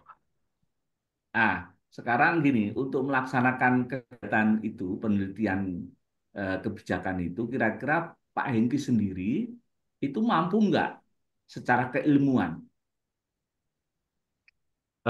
untuk Secara mengkaji itu? insya Allah bisa sih Prof. Insya Allah bisa Prof. Hmm. Ya, kalau kalau saran saya itu tetap jenengan itu sebagai anggota dari yang sudah terbiasa untuk membuat kebijakan itu tadi. Kalau saran saya, nggih. Jadi artinya rekam jejak ketua peneliti itu adalah memang dia apa namanya sosial gitu. Karena ini kan larinya kan adalah ke sosial kan ya Pak Hengki ya. Ya, Padahal Pak Hengki kan ada di Saintek ya. ya. Kebetulan saya ketuanya Prof. Oh ketuanya. Oke, nggih. Ya, asal bisa menyampaikan dengan baik ya. Katakanlah jadi kan gini, state of the art itu kan harus paling penting ya Pak Hengki ya. Dia. Ya, Kan, eh, kebijakan apa saja yang sudah ada selama ini tentang energi itu di, dibahas dulu, Hmm, dibahas dulu kebijakannya apa saja. Kemudian ya. kebijakan apa setelah itu kan di sana kan harus diat kan harus kelihatan bahwa oh ternyata ada ada sisi atau satu bagian yang belum pernah ditata, belum pernah Hmm, ada kebijakan yang masuk ke sana. Nah, itu monggo. Kalau itu Pak Hengki bisa menguasai itu, bisa menata itu di proposal, itu lebih baik. Jadi jangan sampai rekam jejak atau state of the art-nya yang digunakan adalah publikasinya Pak Hengki gitu. Karena itu tidak akan nyambung gitu. Tapi harus memang kebijakan yang mau dikeluarkan itu bukan produk teknik gitu. ya. Ngoten Pak Hengki. Ya, saya khawatir nanti dari sisi seleksi administratifnya udah gugur duluan gitu loh, Prof. Iya, itu makanya kalau tadi kan saya sampaikan kalau kalau administrasi tidak akan seperti itu, Pak. Tidak akan langsung menjustifikasi apa dari judul dari rekam jejak gitu tidak akan, ya. Rekam Oh, jejak itu nanti akan apa namanya? Rekam jejak itu akan mendukung, ya, akan mendukung menunjukkan bahwa Pak Hengki ini memang pakar di bidang tersebut atau sudah penelitiannya lama di bidang itu gitu, ya. Menarik Pak Hengki, monggo bisa saya yakin. baik. Ketuanya Pak Hengki ini berarti. Iya, Prof. Oke. Moga dapat Pak Samsul yang seleksinya nanti, Prof. Kadang-kadang nggak bisa, tidak bisa mengeset, tidak bisa mengeset siapa dapat apa dan sebenarnya kalau mereview juga tutup mata langsung dan konteksnya gitu. Baru setelah itu punya orang ini tuh lagi ingat gitu. Tapi tutup mata itu, mata reviewer itu. Eh, yang jelas tidak bisa diset, ya, tidak bisa disetting siapa ketemu siapa. Kemudian harus tutup mata Hmm, itu kan janji review ya, janji hmm. reviewer dari siapapun yang kalau memang bagus ya harus poinnya bagus, kalau memang jelek ya poinnya jelek. Tapi di sana kan ada form penilaiannya Pak ya, Pak Hengki Ya, ya. Nanti tolong diperhatikan benar eh, form penilaiannya itu. Jangan sampai apa namanya menyalahi dari form penilaian itu. Itu saja. oh, Sesuaikan dengan form penilaian semaksimal mungkin. berarti dari sisi substansinya ya, Prof ya. Ya, substansi yang paling penting itu. Asal Bapak Ibu bisa menunjukkan dengan baik state of the art-nya. Karena kan kuncinya hanya di state of the art. State of the art itu saja. Gap-nya ada di mana? Ya, Hmm, kalau memang itu kelihatan, oh gapnya ini, oh ya benar. Ya apalagi kalau bidang saya misal kayak gitu, lah, saya akan jauh lebih mudah. Tapi kalau sudah bidang yang lain, itu mesti gerambiangan lah. Nggak mungkin saya menguasai bidang. Kalau saya nge-review orang sipil gitu ya, hanya apa namanya, hanya itu tadi state of the art-nya. Oh, dia sudah banyak baca nggak? Datanya ternyata yang penelitian yang luar ini dari state of the art akan kelihatan gitu. hmm, Maka oh cukup ini, sudah bagus. Gitu, Pak Edi. ya. Oke, baik, Prof. Oke, Makasih atas pencerahannya, Prof. siap. Semangat. Yang penting selalu semangat, Pak Hengki. Semangat, ya. Ya, Prof. Makasih, Prof. Dari univ mana Pak Hengki? Jin? Kenapa, Pak? Dari univ mana Pak Hengki? Saya kebetulan dari Institut Teknologi PLN, Pak Oh, Edi. siap Pak. Salam kenal. Salam kenal, Pak Edi juga. Bisa kolaborasi Pak ya. Siap, siap, siap. Thank you Pak. Nah, Wah, ini Baik. Alhamdulillah bisa dari berbagai universitas ya.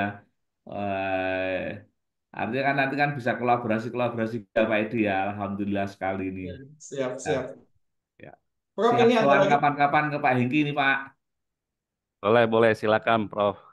Ya, Ada lagi dari ada beberapa pertanyaan, Prof. Ada lagi dari monggo. Pak Ahmad Nurkolis.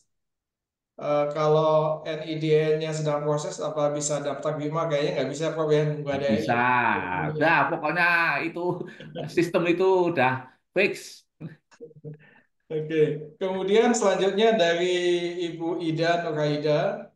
Pertanyaan gini, Prof. Jadi kalau terkait dengan penelitian terapan dengan luaran prototipe, apakah poin keterbaruan dan novelty juga menjadi salah satu fokus penilaian? Tetap, ya tetap harus poin penilaian, ya karena itu kan apa namanya luaran yang akan dihasilkan ya. Jadi memang kalau luarannya itu adalah jurnal itu jelas kelihatan ya di state of the art-nya itu ya, di kelihatan sekali gitu ya. Tapi kalau di apa prototyping itu kan tetap harus ada apa namanya ada kajian toh yang dilakukan oleh orang sebelumnya. Benar nggak prototipe ini ya paten gitu ya? Paten itu kan kita harus menguji atau melihat paten dulu bahkan sedunia ya paten sedunia itu tentang misalnya mau pemanas air misal kayak gitu apa yang sudah dilakukan oleh patennya itu apa saja tetap harus ada Bu ya harus disampaikan di sana itu ini Pak Lukas sudah res ini monggo Pak Lukas. Makasih Prof. Mau nanya aja ini Prof. Jadi kan Prof, apa namanya, eh ada menyinggung tentang administrasi ya tuh, Prof ya. Jadi tadi dengan hanya salah sedikit, apa dengan kita berbulan-bulan ya, mungkin ada yang udah 1 tahun yang persiapkan, hanya dengan 5 menit hilang begitu Langsung aja gitu ya. buang ya betul Ya ini, nah ini mungkin perlu apa namanya kiat-kiat. Tapi ya memang saya nggak tahu ya, apakah sedemikian gitu ya, eh reviewernya hal yang besar jadi nggak kelihatan gitu ya. Jadi kayak bola apa namanya itu gunung es lah gitu ya.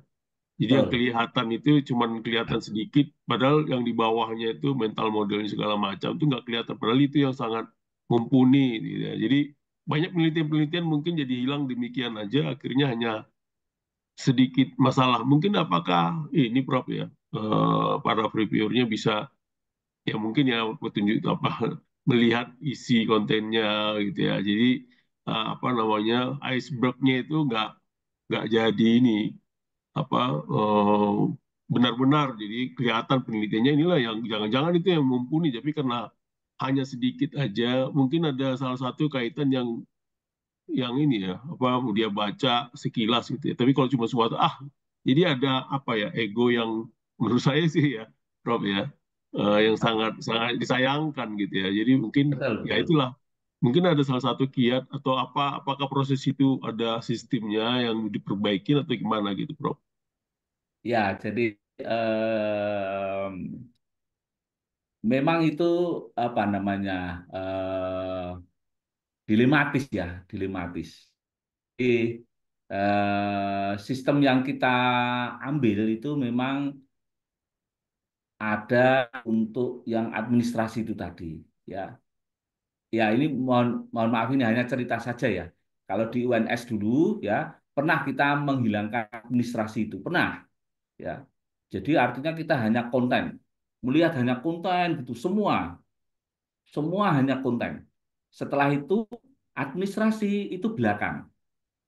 Nah, begitu konten sudah diterima, baru administrasinya belakang. Oh ini Mas, kurang itu harus diperbaiki gitu.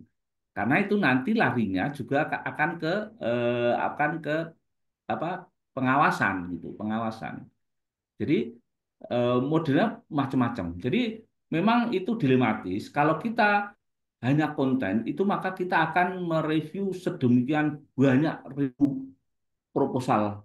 Semuanya harus dibaca sehingga kita membutuhkan reviewer sedemikian banyak ya tetapi kalau kita ada tenggat waktu atau mungkin juga karena keterbatasan anggaran, nah itu upaya yang paling mudah itu adalah seleksi administrasi dulu. Seleksi administrasi yang sesuai, baru kita lakukan seleksi konten. Karena administrasi itu tidak harus apa namanya melakukan, bisa admin pun mungkin bisa. Hanya melihat, oh ini ternyata citasi yang dipakai Vancouver. Oh ini ternyata bukan, salah misalnya kayak itu. Nah, administrasi pun bisa melakukan itu gitu. Oh ternyata ini jumlahnya 300 kata. Ternyata ini lebih 350. Itu administrasi bisa melakukan. Tapi kalau konten itu harus reviewer yang melakukan. Nah, itu biasanya memang pilihan-pilihan itu yang kebijakan itu harus dilepas.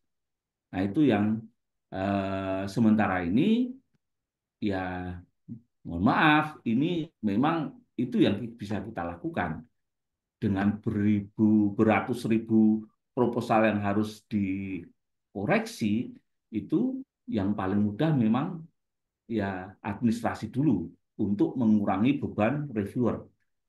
Gitu, Pak Lukas. Jadi memang ya fair, memang tidak fair. Tapi kalau kita fair memang membutuhkan upaya yang sangat besar.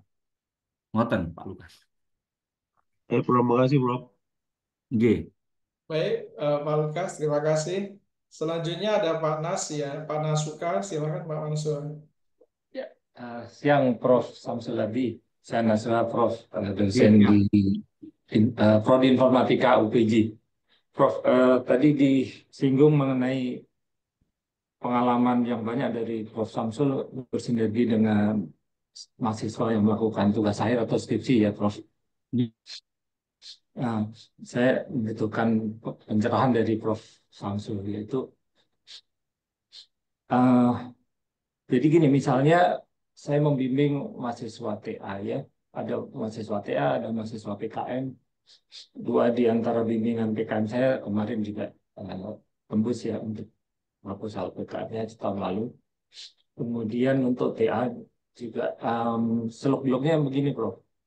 Tidak jarang mahasiswa itu meminta konsultasi itu mengenai judulnya itu sendiri. Dan sehingga beberapa kali ide penelitian dari saya berikan kepada mahasiswa dan bisa menjadi judul mereka gitu. Nah, itu ke depannya yang saya pahami itu justru menyulitkan saya sendiri sehingga saya tidak bisa mengerjakan penelitian dan mempublikasikan judul tersebut gitu, Prof. Uh, dan hal lain adalah bahwa di UPJ kita sudah memberlakukan unggah ke repositori ya tugas akhir sehingga kalau saya artinya judul yang sudah saya berikan ke mahasiswa itu tidak bisa saya kerjakan lagi tentunya gitu. Ya kami juga punya kebijakan di sini selain laporan TA juga kita luarannya itu berupa publikasi mahasiswa itu di mana kita sebagai penulis satunya mahasiswa, penulis keduanya atau korespondennya kita. Mohon pencerahannya Prof supaya ini tidak bentrokan. Terima kasih. Oke, ya, oke. Mungkin ini hanya praktek di UNS saja ya, Pak Sukhan. Jadi, repositori universitas itu tidak harus semuanya menampilkan publikasi kita atau hasil kerjaannya mahasiswa. Jadi tidak harus semuanya ditampilkan di sana. Karena kalau begitu ditampilkan, maka itu akan terekod. Duplikasi penelitian yang dilakukan.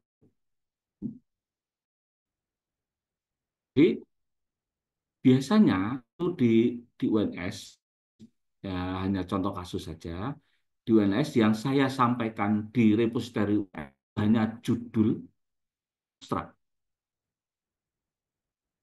dan abstrak, itu saja cukup. Ya, idenya itu nanti dan publikasi untuk jurnal dan proceeding itu tadi. Nah, kemudian apakah harus Bapak sebagai penulis pertama. Tidak. Bapak bisa sebagai corresponding author saja. Cukup. Nah, ini publikasi saya semua, tidak ada yang nama saya satu. Saya tidak pernah jadi penulis pertama. Biasanya mahasiswa semua, baik mahasiswa S1 atau S3. Ya, karena itu privilege mereka, itu ya hak mereka harus kita hargai. Apalagi kalau mereka itu nanti berkenan menjadi dosen, di mana rekam jejak penelitian, rekam jejak publikasi itu mereka harus punya banyak, sehingga ya itu hak mereka. Kita tidak boleh terus ngeklaim menjadi penulis pertama terus itu nggak boleh. Kita minimal itu corresponding author saja cukup. Karena di kepangkatan dan dimanapun semuanya kan sudah dihargai. Author itu adalah yang berperan besar di samping penulis yang pertama. Gitu. Ya, jadi bagi saya nggak masalah Pak Nasuha. Eh, Pembagian kapling-kapling itu tidak akan menyalahkan apabila kita juga menempatkannya sesuai aturan. Artinya hak-haknya itu tidak, katakanlah seperti ini. Mahasiswa saya misal mau sudah lulus, ini kan sudah tidak butuh gitu. Ngapain? Penulisnya satu saja saya dosen, satu saja kan. Kalau itu kan berarti dikerjakan sendiri. Terus kemudian juga nilai misalnya untuk kenaikan pangkat itu butuh 100% gitu. Kan tidak mungkin. Itu kan menyalahi aturan. Jadi harus kalau bisa itu ya kita harus memasukkan siapapun yang berperan terhadap publikasi tersebut atau penelitian tersebut. Ya, mereka menerjemahkan, mereka ngambil data bahkan laporan pun ya sekarang saya masukkan gitu. Laboran yang membantu mahasiswa mengambil data itu saya masukkan meskipun belum tentu itu dari universitas atau dari Dikti itu dapat reward, nggak masalah. Tapi mereka punya rekam jejak, oh ternyata membantu penelitiannya Pak Samsul ini. Semuanya ada. Nah, gitu Pak Nasuha. Nah, perkara nanti dibagi-bagi, misal umpamanya satu penelitian, oh ini bisa PKM, ya. PKM, PKM Timnas kan ya Pak ya maksudnya ya. Betul, betul, Pak. Ya, PKM itu kan juga harus ada luaran publikasi kan, kalau nggak salah itu luarannya yang diharapkan. Nah itu kan artinya kalau sudah lewat PKM dipublikasikan mereka ya sudah, kita tidak bisa mempublikasikan yang ke yang lain lagi. Kecuali kalau datanya kita kompilasi, kita gabungkan dengan penelitian yang lain. Nah itu baru memungkinkan sebagai satu publikasi yang baru. Katakanlah saya punya 5 mahasiswa. Yang satu parameternya, ini misal namanya turbin ya, jumlah kipas angin gitu loh, kipas angin itu misal, ya itu satu orang jumlah blade, yang satunya itu adalah letaknya blade, ya, yang tiga itu memang blade, yang keempat ini bentuknya blade, kan macam-macam itu. Semuanya bisa jadi proceeding, semuanya bisa jadi paper. Satu. Tapi begitu kita gabungkan satu, maka itu adalah jadi satu publikasi yang baru. Boleh. Gitu Pak Nasuka. Terima kasih banyak, Pak Ya, siap. Prof. Samsul Hadi.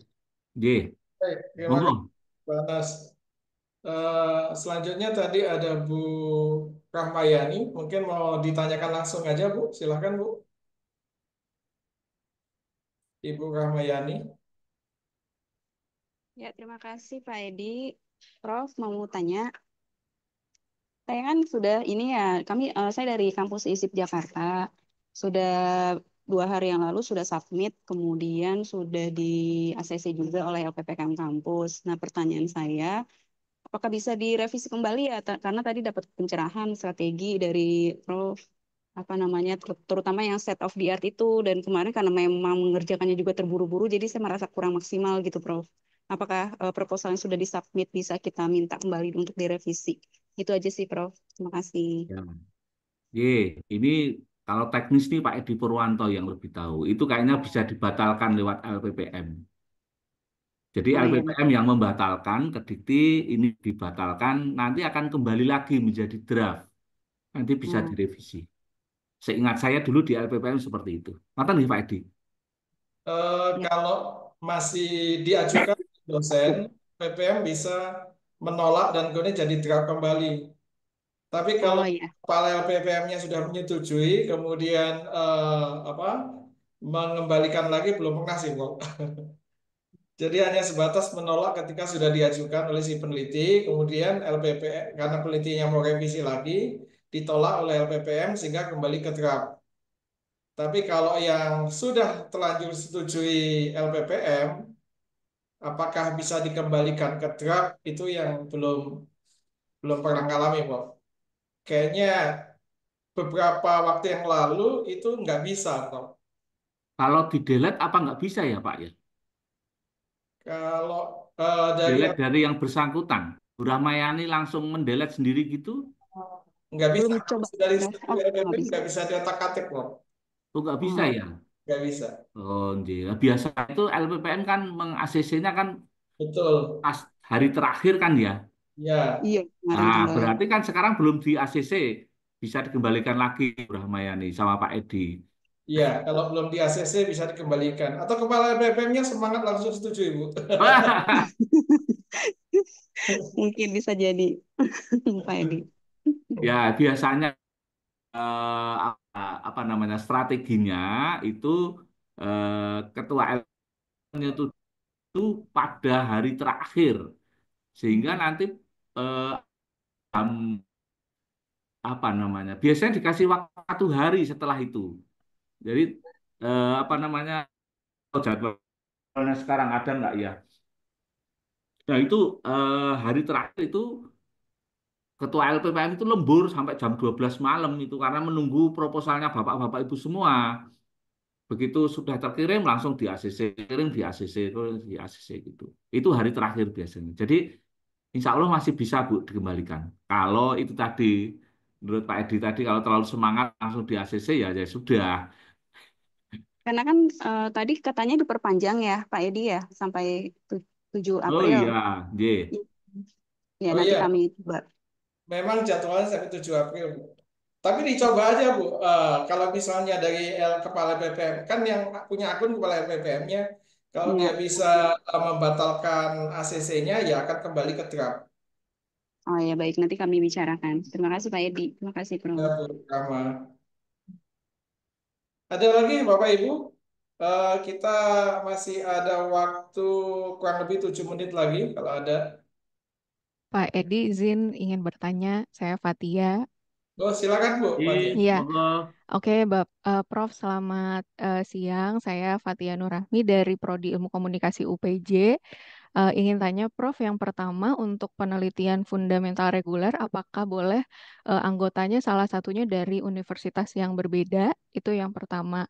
Kemudian yang kedua, karena saya baru tahun ini eligible untuk jadi ketua, baru dapat lektornya itu di tahun ini, sehingga publikasi saya memang belum sebanyak dari senior-senior saya gitu. Sehingga kalau misalnya saya menjadi ketua, kemudian anggotanya itu yang baik itu jabatan fungsionalnya maupun gelarnya itu lebih tinggi dari saya, itu apakah bisa menjadi poin plus untuk bisa membantu dari segi kuantitas itu jumlah publikasinya supaya bisa mendorong si rekam jejak dari tim saya gitu. Itu aja sih Prof. Terima kasih. Ya, J. Jadi rekam jejak Ibu itu Bu Fatia itu nanti ada poin penilaiannya Bu.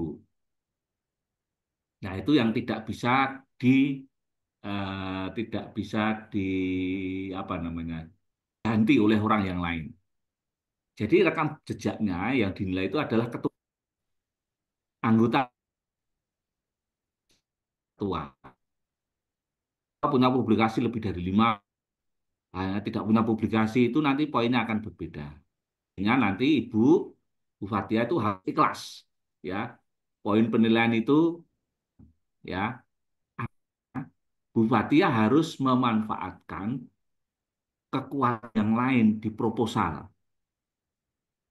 Bagaimana cara menaikkan kekuatan di proposalnya? Itu tadi rekam jejaknya teman-temannya, anggotanya itu dimasukkan di sana, ya.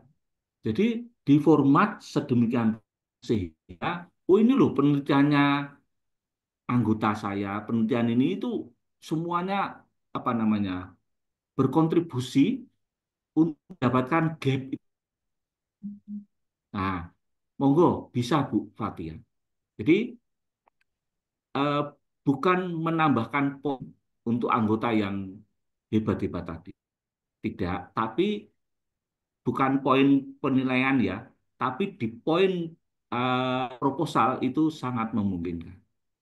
Nah, monggo itu bisa diformasikan ya dengan baik. Saya yakin bisa Bu. Ya. Baik, Prof. Untuk tadi pertanyaan yang satu lagi, Prof, apakah bisa untuk penelitian reguler fundamental salah satu anggotanya dari universitas lain? Memungkinkan, sangat Bisa ya? memungkinkan. Boleh, boleh, boleh. Iya. Baik, terima kasih banyak, Prof. Baik, terima kasih Bu Fatia. Satu lagi kalau ada Bapak Ibu. Iya, Pak Zaki. Silakan, Pak. Terima kasih Pak Endi. Selamat pagi. Assalamualaikum Prof. Samsul. Ingin Waalaikumsalam. Salam kenal Pak Sadi. Salam kenal Prof. Ya, ini pertanyaan mungkin simple sih. Jadi kan di halaman awal usulan penelitian di BIMA itu kan ada beberapa drop down menu yang harus diisi ya. Misalnya ada kelompok skema itu kan jelas, misalnya riset dasar dan lain-lain, ada ruang lingkup, misalnya penelitian fundamental reguler. Nah, mesti di bawah ada bidang fokus. Nah, ini bidang fokus kebetulan saya memilih produk rekayasa keteknikan. Nah, kemudian di yang nomor 5 itu ada tema penelitian dan nomor 6 itu ada topik penelitian. Ini memang defaultnya itu tidak ada bintang merahnya. Jadi asumsi saya ini memang tidak wajib diisi gitu. Karena juga waktu saya cek di dalam tema penelitian, walaupun topik penelitiannya itu nggak ada yang pas banget gitu. Nah ini apakah nggak apa-apa misalnya tidak usah diisi itu karena juga tidak ada bintang merahnya kan yang mewajibkan mengisi atau bagaimana, Prof? Itu aja sih pertanyaan. Terima Iya, kasih. sebaiknya diisi saja, Pak. Oh baik, dua-duanya, Prof ya. Semuanya, Yang topik semuanya penelitian diisi ini. sak nyambung-nyambungnya. Meskipun Oke. jauh juga nggak masalah. Ya. Oke, oke, ya. Oke. Baik, baik. Ya. Ya, makasih banyak Prof, cukup Oke. jelas. Siap. Baik, terima kasih Pak Zaki. Terima kasih Bapak Ibu semua untuk keaktifan dan perhatian serius Bapak Ibu. Dan juga terima kasih banyak Prof. Samsul Hadi yang telah memberikan paparan maupun penerangan dari setiap pertanyaan dari peserta pada siang hari ini. Mudah-mudahan tahun ini kita banyak dapat hibah ya, Bapak Ibu, khususnya Amin. Yang penting semangat dulu semua, ya, Bapak-Bapak Ibu. Ayo, khususnya masih ada 3 minggu. ya, mudah-mudahan perolehannya meningkat dibandingkan dengan tahun sebelumnya. Jadi kalau Amin. saya tangkap dari apa yang Prof. Samsul sampaikan tadi, ada hal-hal penting yang perlu kita perhatikan. Yang pertama, rekam jejak. Maka tadi Prof. Samsul juga menyarankan untuk membangun rekam jejak itu bukan hanya 1 hari, tapi proses panjang, ya. Dan bisa dibangun juga dari riset bersama dengan mahasiswa, kemudian membuat roadmap penelitian yang memayungi mahasiswa bimbingan, sehingga pada akhirnya itu akan menjadi rekam jejak yang lebih besar di masa depan. Begitu ya, Prof. ya. Ya. Dan tadi rekam jejak juga masuk di dalam penilaian substansi ya untuk proposal kita. Dan yang saya tangkap dari apa yang dipaparkan, mungkin kita perlu juga berstrategi Bapak Ibu, walaupun kita eligible untuk semua skema, namun skema mana yang paling memungkinkan, karena proposal kita itu dinilai tapi juga bersaing dengan peneliti lain yang juga punya rekam jejak yang jauh lebih yang lebih kuat dari kita, sehingga kita harus berstrategi. Misalnya kalau misalnya publikasinya belum begitu banyak walaupun eligible terapan, dan kita juga belum punya pengalaman di riset terapan, mungkin apa namanya kita juga harus bijak ya, apakah kita ambil terapan atau yang fundamental gitu. Nah, jadi Bapak Ibu itu yang dapat saya simpulkan. Dan sekali lagi terima kasih banyak Prof. Samsul Iya, sama-sama. waktunya untuk ilmunya dan mudah-mudahan di masa yang akan datang bisa memberikan insight-insight baru lagi untuk kita. Dan mungkin sebelum kita akhiri dari Prof. Samsul ada uh, hal akhir yang mau disampaikan, silakan Prof. Ye, sekali lagi terima kasih Pak Edi Purwanto dari UPJ yang sudah memberikan waktu ke saya untuk diskusi pada siang hari ini. Ye, saya sangat apresiasi ya upaya Bapak-Bapak Ibu semua untuk meningkatkan kinerja aplikasinya. Ye, jadi secara umum kita harus berusaha memperbaiki iklim akademis kita. Kita harus memperbaiki pola pembimbingan mahasiswa kita. Dan kita harus berusaha untuk merubah mindset kita, paradigma kita bahwa yang harus menjadi panglima kita itu adalah penelitian. Itu saja yang bisa saya sampaikan. Saya kurang lebihnya saya mohon maaf, mohon maaf sekali karena ini saya kebetulan juga flu. 3 hari kemarin jingkrung apa istilahnya tidur di rumah. Ini hari ini baru masuk ini. Jadi tadi batuk-batuk terus mohon maaf suaranya hilang dan sebagainya. Jadi moga-moga tidak mengganggu, tidak memberikan apa namanya penilaian yang buruk terhadap saya dari Bapak-Bapak Ibu semua. Moga-moga bisa diterima kekurangannya. Itu aja. Kurang lebih saya mohon maaf. Terima Terima kasih, kasih Prof. Prof. Terima Terima kasih kasih banyak. dikasih Kasih Cepat kesehatan. sembuh ya, Prof. Prof. Baik, selanjutnya saya kembalikan ke Mas Wery. Silakan Mas.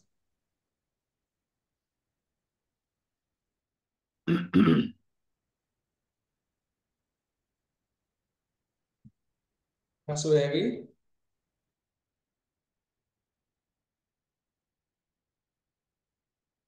Mas Heri suaranya nggak kedengaran. Halo, kedengaran nggak, Pak? Nah, udah. Oke, maaf. Oke, baik. Oh, tadi sepertinya speaker saya bermasalah.